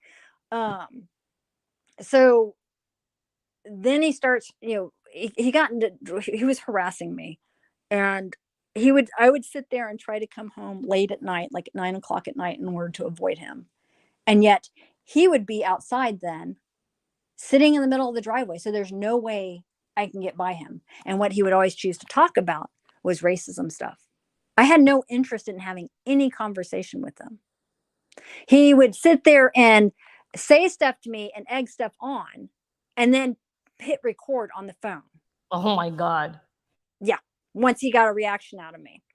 So I'm doing it. And so meanwhile, though, I'm reporting all of this stuff to the people that I know who are law enforcement, who are FBI, who a criminal defense attorney.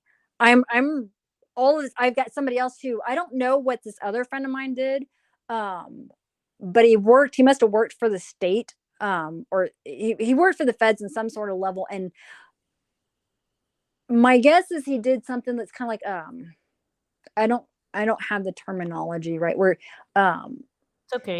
It's like the kind of people that what I suspect, because I never could get a clear answer from him what he did, but based on the things that the responsibilities he had and the responsibilities that my dad had when my dad was at the Pentagon, I saw certain similarities. And so I felt like maybe like he does the checks, this guy did the checks and balances in terms of like whether or not something's on the up and up, whether or not something's legit, whether or not something's corrupt. Okay. So you're finding out all those things. You're investigating it all, including the people who are supposed to be the people, the good people, you know? So they have all the information. These are people that all these people I've known a long, long time. So all of these people know my character, and I've never been somebody about money, and I've always been somebody about serving. I've always taken care of the sick and the elderly, and I'll work for free. Like I don't care. We worked in trade. I was always able to, I'd rather barter. I've been that way my whole life. I've always been somebody who barters because of my Shinto belief, because of the military being a life about service. And Shinto is very similar to like a lot of the native teachings. So you're supposed to give away, and then there's just a balance. You just do you do the right thing, and then things will balance on its own. And so I always had just enough to get by, not more, but just enough to get by, and that's fine. I don't need stuff. So on as we're nearing the sentencing, he's following me. He follows me. I get home late at night. I've got the phone on me. He follows me into the kitchen. He's talking shit to me, and I don't even, at this moment, don't even fully remember it. You're traumatized at this point. You're still grieving. You're traumatized. Yeah. And he's been after me like the whole entire time. And then so then he turns on one of the videos, because I told him like leave me alone, and it's like and then he turns on, because I show him like look, because I'm not going to say anything to him, so I show him that I've got the phone recording everything that he's saying to me. At which point he then plays his thing where he had egged me on talking about racist shit, right? Racism doesn't exist and yada yada yada yada and all this shit like that. And then so I'm like going out, and he's still behind me, and he's talking his shit, and he's drunk, and he's talking his shit. And so I call the cops, and I say, I need the cop.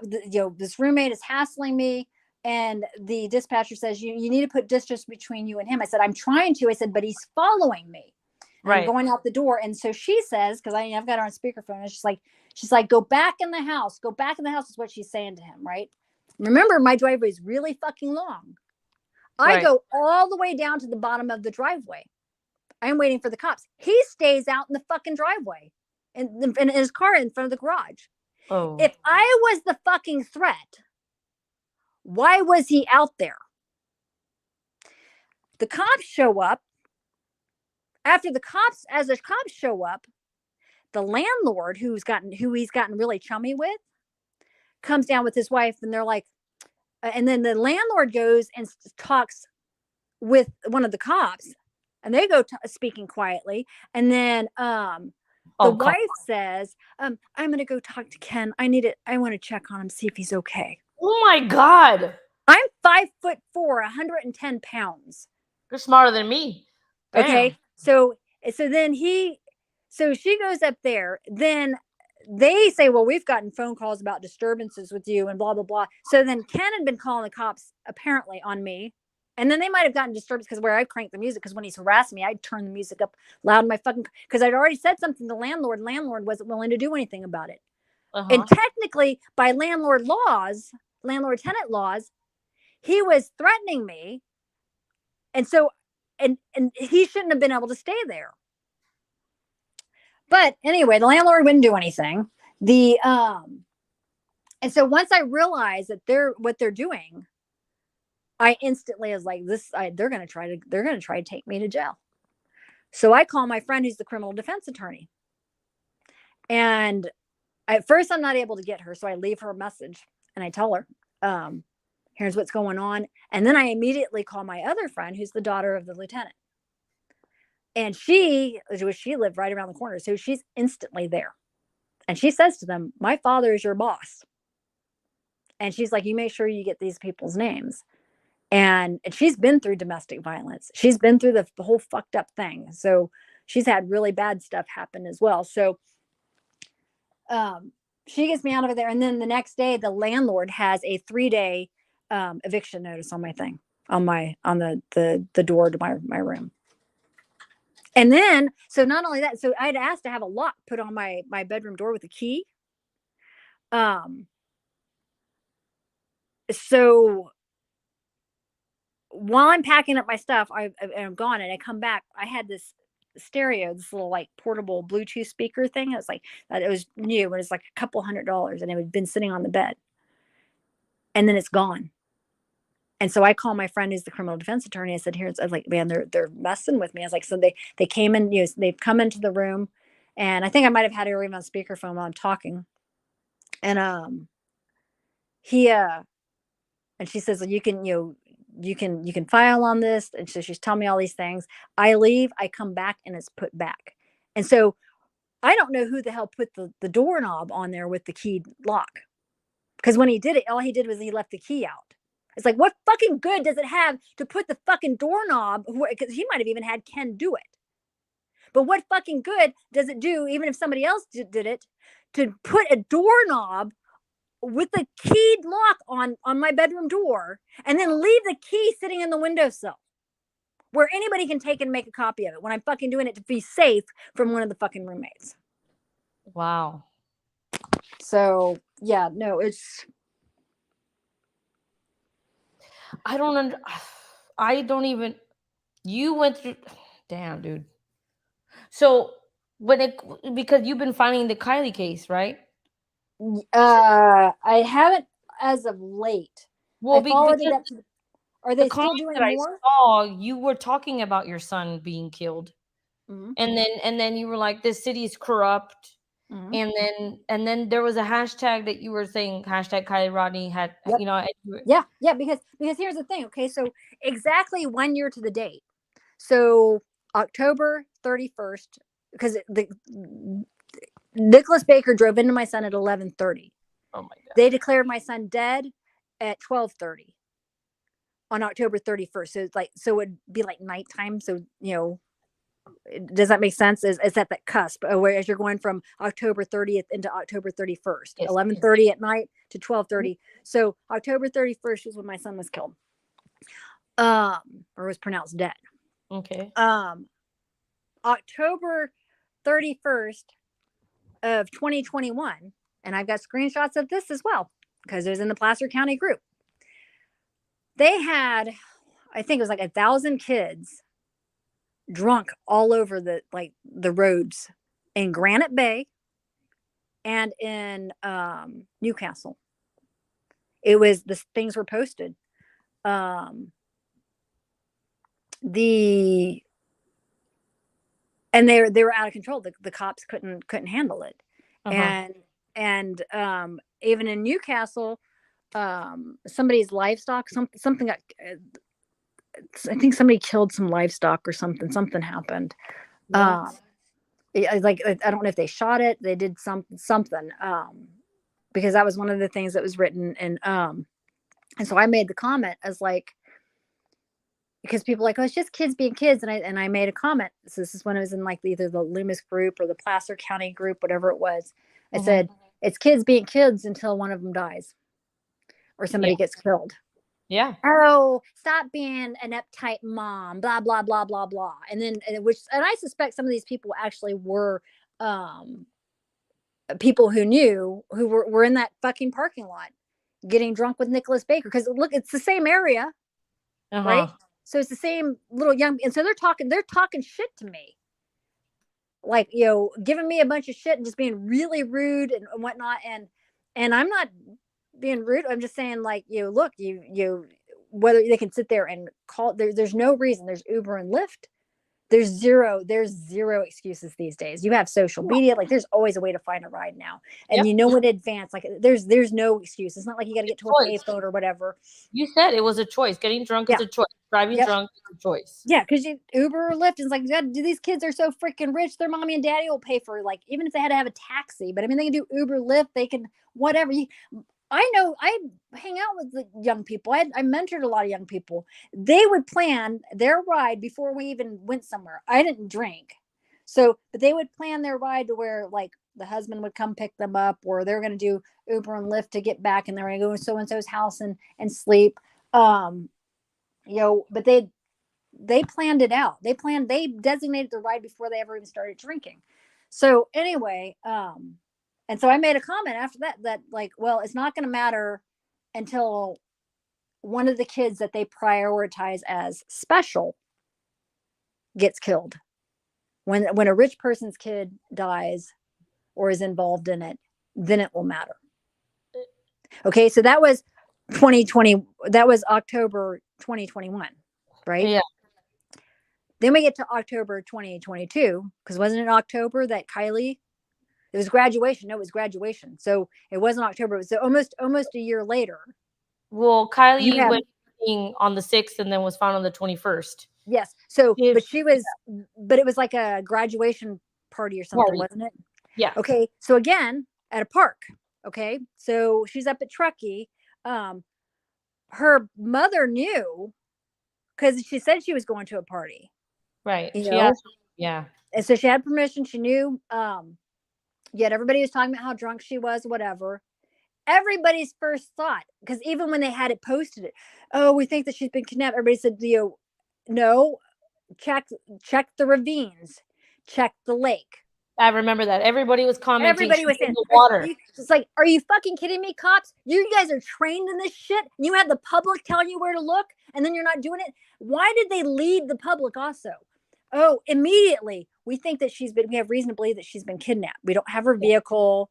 There's no vehicle. There's no nothing. There's whatever. Instantly, they feel like she's been kidnapped, and they have the FBI involved. The FBI, I understand, I think it's because it was a state park, or because of where it is right there on that line. You're right near the state line. So they immediately have the FBI involved. But they are giving out all this information that is leading people into thinking, oh, she's been kidnapped. They're going down these different tangents, right? Where all of her first inclinations is she probably she probably drove off the road, went down the ravine because there's all these steepness. You can see it in the comment section. Everybody's first thought was that. So they drag it out. Oh, and then Placer County made national news, right? They're everywhere. I'm watching them out here on the East Coast. We're Placer County. That's how I fucking heard about it. I'm on the East Coast and I hear about Placer County in the news, trying to seem like there's something special, like we're doing this investigation, yada yada. That's what I'd started following, seeing things, and I ended up commenting. And then Adventures with Purpose comes in. Within 15 minutes, they find that vehicle not that far off the shore. And then what does Placer County do? Excuses. I'm sorry, but uniforms aren't supposed to make excuses. You're supposed to find out, where did things break down that somebody fucked this up this bad. You don't make up excuses for it and be like, well, we couldn't do it because we don't have the money. You don't have the, they have better equipment. They're better trained. You're the fucking wealthiest county up in Northern California. You didn't have the money to hire whoever you wanted. You claim that you support your troops and all this stuff like that. You have all of these people who wear uniforms, military included, who want to come to Placer County to work for that department. You couldn't find somebody with specialized skills when you are in a destination for outdoor recreation globally People from all over the world come to Placer County for that. You've got the Rubicon Trails for that area, right? You've got the lakes, you have Tevis, and you don't have equipment for that. Okay, and so we'll kind of give you that excuse. No, they didn't total get that bullshit because they're surrounded by lakes. They're surrounded by reservoirs. They're surrounded by exactly. farms. So again, it's equipment. So exactly. So again, it's They bullshit, did right? have it.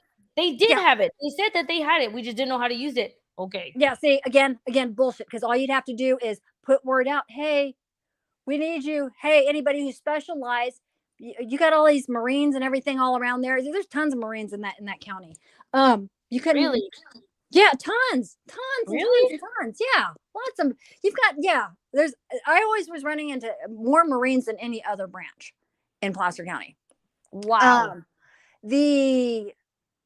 But then again, don't forget too, the FBI were involved.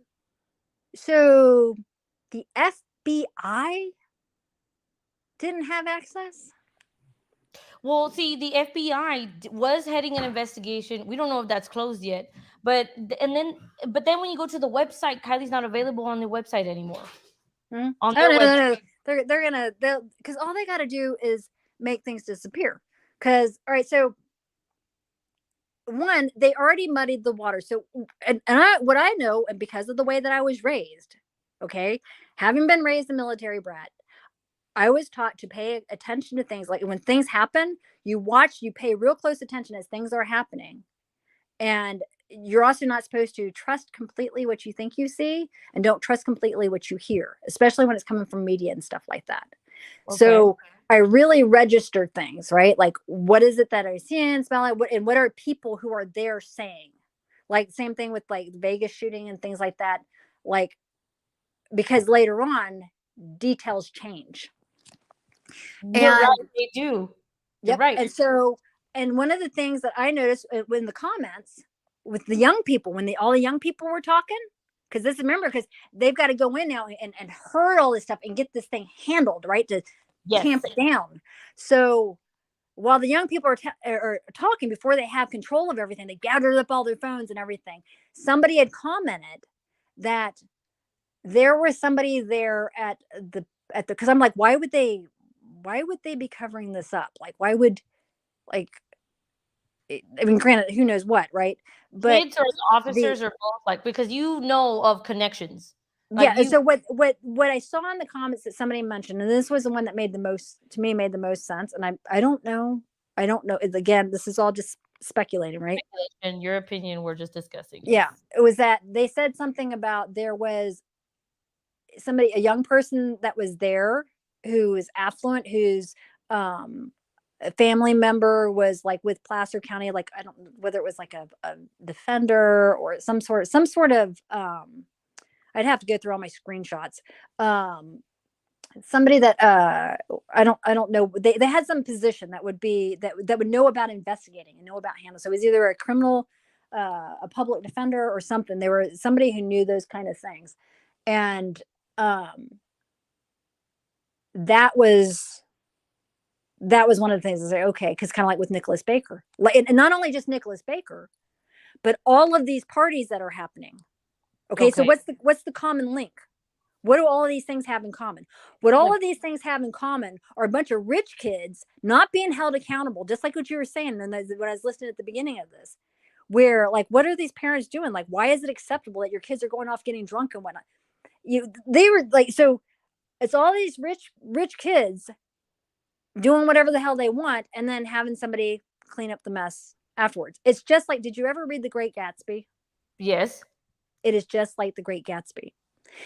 If you go to YouTube and you look up during COVID, Granite Bay parties on YouTube. How do I spell the Granite Bay? I'll do it right now. GRANITE.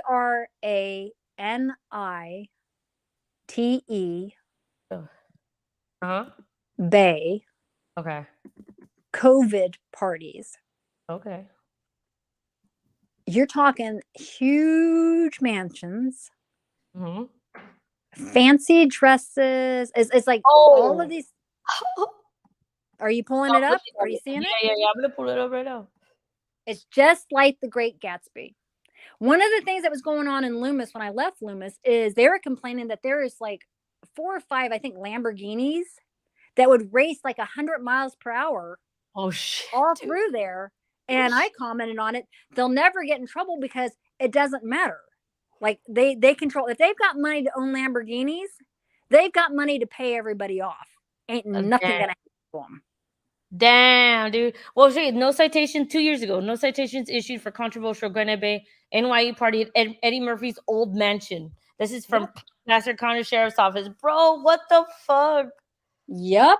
And yet, oh, we care so much. Oh, we blah blah blah. Now, I Right? think if you had the old school, so Shit, dude. there was a point when things changed with Placer County, because at the time when I thought about getting with Placer County, Bonner was the sheriff, and I felt like, things were quiet there. I felt like it wasn't about activity. It was more that there was a relationship where you really felt like the cops were there to like kind of help take care of things, and to help things out. Like they were a part of the community, versus now it became this other thing where it's like, no, it's corruption. So there's also some other corrupt things going on with I'll have to dig up the name. You had people that got into different positions in the county that then got their wives, because you got their wives hired on. Yep. So this then goes into CPS. It goes into several other things. So many different. You have to follow find out who these people are, what they're connected to, what controversies they have. One of the people that's in, I can't remember what position it was, and at the time I can't remember his name. He was trying to build up above Forest Hill. He was trying to build a housing community, but he was doing it a permit at a time house. Okay. Instead of a subdivision. And which is going to be very different in how you do it, because if you're doing a subdivision, then there's going to be fire hydrants, and you have to have exits and yada yada. And the reason I first found out about that, dude, everything changes when it's from apartment to house. So I don't know. So it matters. There are regulations. So there's that person, whoever, and I'd have to, if you look into that story that I'm telling you about, you'll find the name of whoever that person was. And then that guy hired his wife to do something. And the reason I found out about them was because the wife in the Loomis community page basically sicked people after somebody stole my son's graduate. Like they had a photo because he was getting ready to graduate. And so, everybody, they had their different things posted in their yards, oh, I got a student graduating from, Del Oro. And so his had a picture or whatever, and somebody stole it. It looked like a girl with a ponytail, brown skin, tan or brown skin. I forget how she were driving like a Mini Cooper. And then they went like on a witch hunt to where they were going after anybody who resembled this. Oh, and I was like, what the fuck, right? And then I go to say something, but I always make sure too, I also look at who the person is. And then when I looked at who she was, like, I can't believe that this lady who has this position, and then her husband has this other position, and I realized, now this is a whole nother can of worms if and whatever I post on here, because I said something in terms of, because she's like, we should call the cops or whatever, is what somebody had posted. They were starting their witch hunt. And I said, it very well could just be kids pranking each other, or somebody who has a crush on your son and wanted the picture. It's like, it's teenagers. It's not like, what the fuck does it matter, right? So but that's what, because of how she conducted herself, is what got me investigating him. And then when I started I investigated her, then found the connection to her husband. And then once I found out about her husband, I discovered that a friend of mine knew about the husband being corrupt because that friend of mine was the one who figured out that something was going on when he's going for these permits, because he kept coming in for the permits, kept coming in for permits. And she says, something ain't right here. Wow. And then she told somebody else and they pieced it together. He's trying to build a subdivision, but doing it a permit at a time. Oh my God. Yeah. So Placer County is massively corrupt, massively. And it's going to be a hard fight because it's money. And I'm talking not like little money. No, but Shan was talking about millions of dollars today in her life. Millions and millions and millions, probably even bigger than that. Like, I don't know how familiar you are with Placer County. Well, we've been learning today in Shan's live. We were talking about a specific business, the Tahoe Investigates, Sierra Tahoe Investigates, and just money being sent back and forth, millions of dollars. And I cannot imagine what it's like. Look up Los Lagos, LOSLAGOS, which is where that house was at, because that's where the celebrities live and whatnot. And they're like these huge mansions. You have a mansion out there that's probably like, I don't know, 30,000-40,000 square feet, maybe more than that. It's so big, I have to guess at what the massive. As soon as you come into Granite Bay, it's on the left-hand side. And so with Dylan, it's just kept under the rug, like nobody, it's over. Or they just treated him. Yeah, it's just over. They treated him like roadkill. They wanted to offer up like $5,000 to you. Yeah, for killing for my son. what? And what didn't even want him having to. From Nicholas. Yep. That was what he would have paid. Say that's it. Yeah. No. Yeah. And then the whole thing is like the only consequence that I have then is going financial. But you're talking a family that has millions, right? That's nothing to them because Nicholas Baker is employed by his daddy. Well, the business is called the Oracle.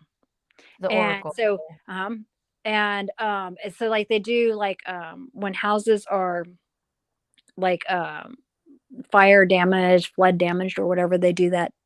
They do the work on it.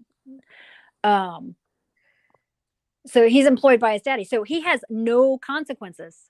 Like, it doesn't matter that whether or not he has a felony on his record, he works for his daddy. But here's the other thing too, on the felony. He's not going to have a felony because the sentence was so lame, because it was so mild. All he has to do is write out his probation. He can also even get off probation earlier because he can be like, look, I've been a good boy. See, look, I've been paying everything like I'm supposed to. I've been doing such and such like I'm supposed to. And they can let him off early. And then, what he does, as soon as he's done with that, he then files to take back his guilty. He didn't plead guilty. He pleaded no contest. To take that back, have it reduced to a misdemeanor. And then once it's reduced to a misdemeanor, then have it expunged. Completely fucking removed. So another note, let's go back to the very beginning. Okay. The very beginning when my son was killed. So my family's come out and I have some friends over at the house too. This is just days after my son is killed. Right. And I don't know how long it took because like I said, my parents were there also. So however long it took for my parents to come out, because all that's a blur. And my landlord is in there and he's all teary-eyed. And he's like, I hate to tell you this, but he's done it before you. And I was like, what do you mean? Because there's a room full of us. We all kind of look at him and his eyes are all misty. And he says, because I'm not understanding what he's talking about. He says, the drunk driver who killed your son, he's had a DUI before. And I'm looking at him, I was like, how do you know this? And he says, I was there at the arraignment. And I look at him like, like what? Like, how did he? And he says, he said he was there because he had court for something else. Like, he had court with I think it was his daughter-in-law or something like that. And so he had to go to court for that. And so was waiting to hear that. And so as they're going through, and that's why he heard it. Within a matter of days, he's singing a totally different. He didn't even send me screenshots. It was like he was like being supportive. Like they sent flowers. They even sent like he was going to keep me up to date. Like he had an in some sort of, and he sent me a screenshot of like the courtroom where you go to the Placer County page and it shows you the courtroom and what time it was and all that. Yeah. So he sent me a picture of his computer screen with that so that I would have the information. And then less than a week later, he's sitting there and be like, well, basically he's like, kids will be kids, everybody's drink and drive at some point. It's like, oh, you can tell me you didn't drink and drive. You've never drank and drive. And it's like, never killed anybody. Also too, you have Uber and Lyft now. There's no fucking excuse. There's no fucking excuse.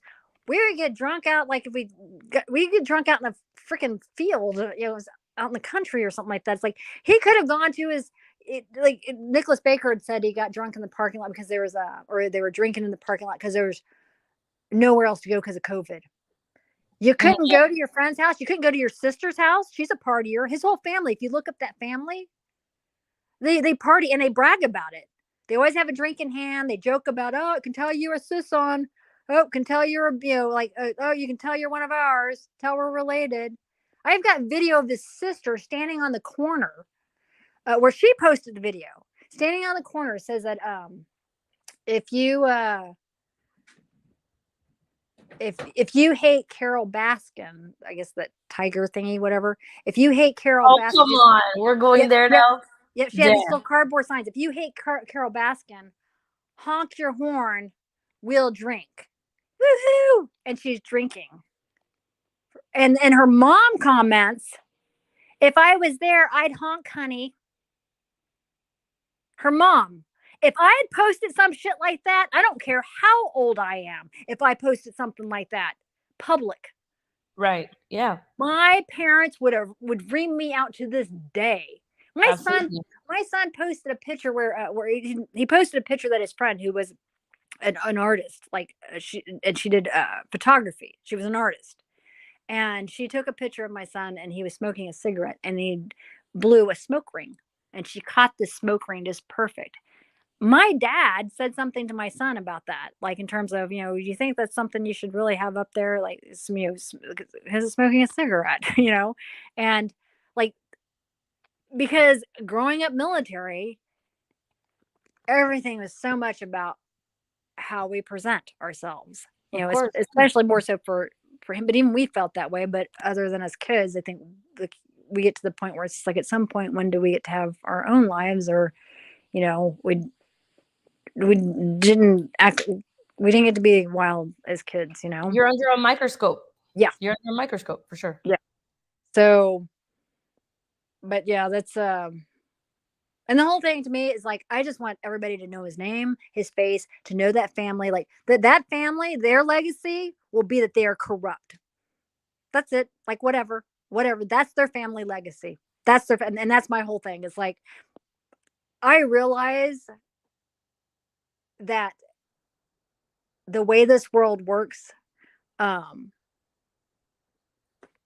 we're always fighting an oppressor, the corrupt.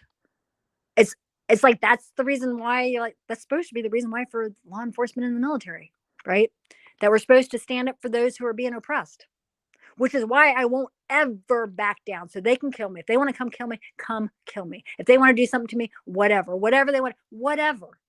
That's the price I'll pay, because either way, it just means I need to talk more, and I need to tell more and more people, so that when they do come for me, or whatever it is that they do, it's already out. I've already told so many people, and I've made sure that all of these things are hard copied, because I know to do that. I know, and right away, instantly, I was doing that. Because then also, too, the people around me were doing that because they were law enforcement. And then, oh, by the way,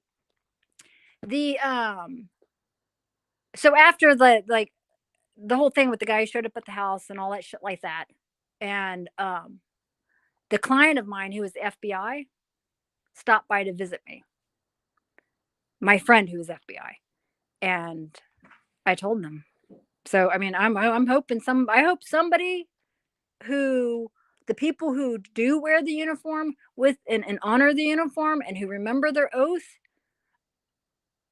I pray that they are doing the right thing, because that's why I said this is more than Baker killing my son. This is about people in positions of power abusing their power, corruption, and doing harm to our community, harm to our society. They are held to a higher standard. And now I hate every single they've proved to me that my dad dying, any of the deaths in the line of service, bullshit. We died for nothing. We died for nothing. We sacrificed for nothing. Because if it meant something, this shit wouldn't be happening. The corrupt wouldn't be happening. You'd have people who would be taking this shit down. Now, that being said, I know that hurts like hell for the people who do honor the uniform. But I can't, that's how I feel. Like You've kind of left us a little bit, me speechless, and a lot of the chat is agreeing with you. And you have a if lot they of don't honor me, I'm a gold star daughter, right? So that's the ultimate, right? Isn't that what they scream all their shit about? That Colin Kaepernick shouldn't kneel for the flag is disrespectful to the fallen. Fuck them. It is not. Freedom of speech. He knelt. He knelt. That's the same thing that you do when somebody is killed. You kneel. You kneel at a gravesite. You kneel. So in that, but they'll hide behind us, the fallen, and they'll hide behind Gold Star families and be like, this is why they're doing it. But when a Gold Star family member speaks up, they tell us to shut up. They're telling me to know my place. They're gonna sit there and kill my son. They're gonna kill the last of the offspring of a Gold Star family that ends our line. They don't give a shit. They're gonna dishonor my stepfather for all the sacrifices he made. Yeah. It's like it's a slap in the face every day, basically. Yep. So then Memorial Day, it's like bullshit. Mm-hmm. 4th of July, bullshit. Now the whole thing is though too is like how many other people feel like that? You know, Black people feel like that. Natives feel like that. Like all of the people who have had stuff happen to them where they've worn uniforms. I look at Standing Rock and there's an image of an iconic image of a Native veteran in uniform standing there at the front lines on the bridge. And because I watched all this stuff go down with militarized force against him, brothers in arms right across from him, just like the insurrection, when you had people who are wearing the uniform being attacked by others who claim to be wearing the uniform, carrying the fucking flag. So don't tell me that flag means anything, because that flag represents one group of people, the wealthy. That's who the flag represents. And otherwise, convince me otherwise, because that's what they did to me, and I'm Gold Star. That's what they did to my son. That's what they did to my family. Convince me otherwise. We're not gonna forget Dylan. And I appreciate. I'm so glad that you were commenting those things on those videos. Your comments just keep disappearing though. So yeah, they're probably I'm sure like I'm sure like it's why I have to tell a lot of people, because the thing is they're going to have certain things where the way that it works. So I've had other techie people explain it to me. They're looking for keywords. So probably anytime my name shows up or any of the things that are associated with my name. So even the other, like my profile, like, you know, YouTube names or whatever, it's going to alert something. Okay. Saying Nicholas Baker, that's going to alert something. Placer County DUIs, because it got to where I couldn't even, like, you should be able to like hashtag, you know, mothers against drunk driving, right? I couldn't do that because then and the other thing they started doing is like it'll make it seem like I did post something, but then nobody can actually see it. So like, because and that's what I wondered, because when I heard you asking questions and I'm answering and then you still didn't have the answer. That's why I was wondering. Is like, I think they made me invisible. So I don't know if that was happening or if it was delayed, but it may have been made invisible. It was just you answered eventually. It was a comment that I had made. It was a comment that you had made on a video that I responded to, and it wasn't there anymore.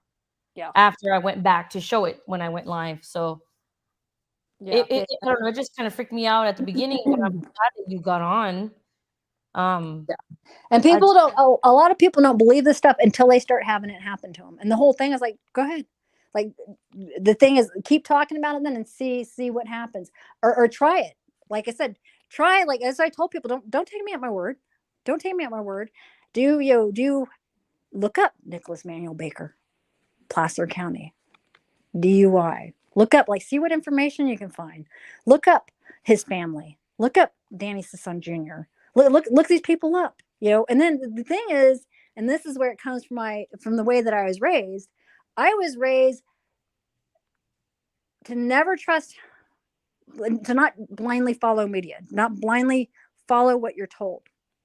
And to research when you're doing written things or like newspapers or whatever, a wide variety, and you want it printed, something that's in your hand, and then and like of many different areas. The other thing I was told too is, and this is why you pay attention, and is like document things, write things down so that you remember, screenshot and save it to something else. Mm-hmm. Because just saving a link doesn't work, because they can also alter things. And that's the whole thing. Like, one of the things I was always taught is the public's memory is short. And that's why I say what they'll do with Kiely Rodni is they'll just start sweeping it under the rug. Mm-hmm. And then just like they did, like with everything, that's why they were delaying things with my son. Why no information can be put out. And like, well, they just made it to where nobody knew, period. Mm-hmm. But they'll take something, they'll just sweep it under the rug, and then nobody's talking about it. And case in point, Epstein. Whatever happened to the list? What about the names? What else is going on? Like, okay, it was released, but we just didn't pay attention to it. Yeah. See, so it's things like that where they just like, oh, well, let's give them another distraction, get them onto something else, So anytime there's a distraction, you have to look at, like, why is there a distraction? And again, like I said, my son is dead. There is no at this point, like, I've got no skin in the game. Mm-hmm. I've got nothing left to lose. I've got nothing to gain. I don't have any generations. And I used to be the type who, look, dude, you guys, this is the world that exists. I'll be dead eventually. And I won't have to worry. I don't have to worry about what kind of world is left to my son. My son is dead. And there will be no grandchildren. There's nothing else. There is no more of my family. So whatever happens to this world. So either people can figure it out and do something and stop being, complacent and complicit and figuring out how to get involved. And it's going to be tricky, because when you fight against corruption, you have to think in original ways. You have to think outside of the box. And but it can be done. But like, dude, I've got no more skin in the game. All I'm doing is making sure that everybody knows. Everybody in the chat, Gina, is like giving you so much love. I hope you can see that. No, everybody's like just loving everything you're saying, and I can't disagree with you with many things that you said. My son hated corruption, man. My son hated corruption. That was one of his things, that he wanted to go after corruption. When I mentioned that he wanted to do something with cops, he wanted to go after. He wanted to help go after the dirty ones. Is it okay if, I want to continue doing some research, and I'm going to go live tomorrow. If you want to come back and have a conversation, I invite you to.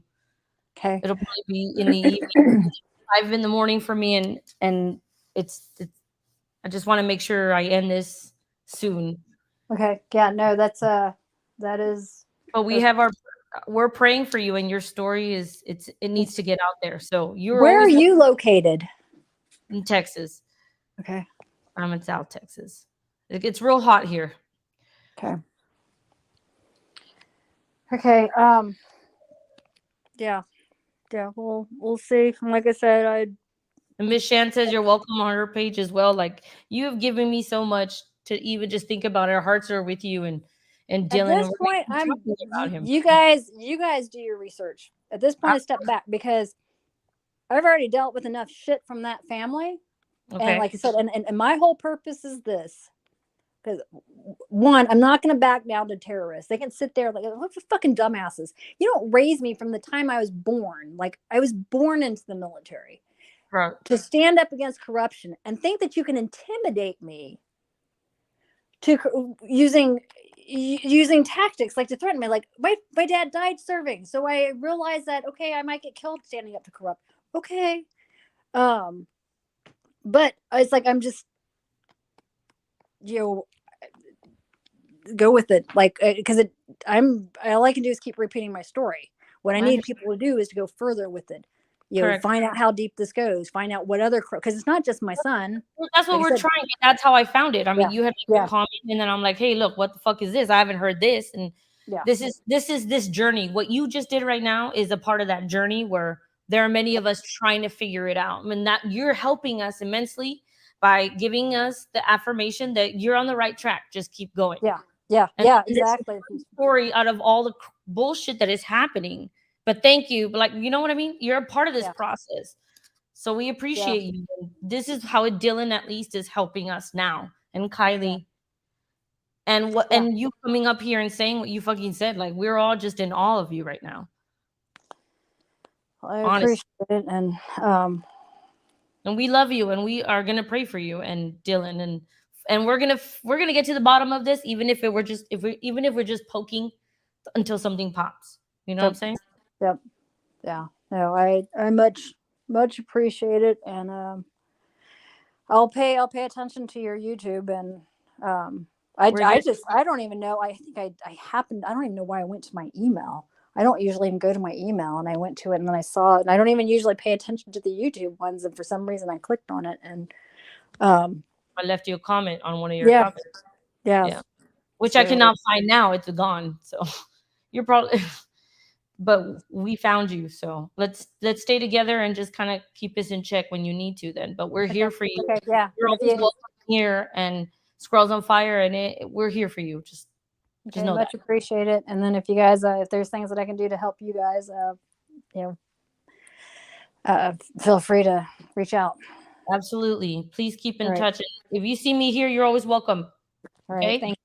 All right. I'll talk to you guys later. Talk to you. Bye. All right. Bye.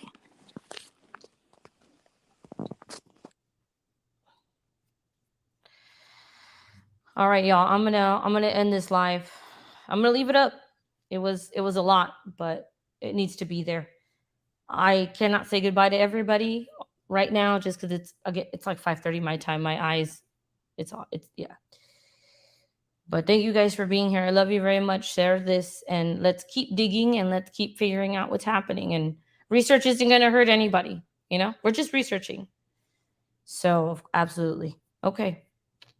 I'll see you guys very soon. I love you. And tomorrow, I'll see you tomorrow. Bye, y'all.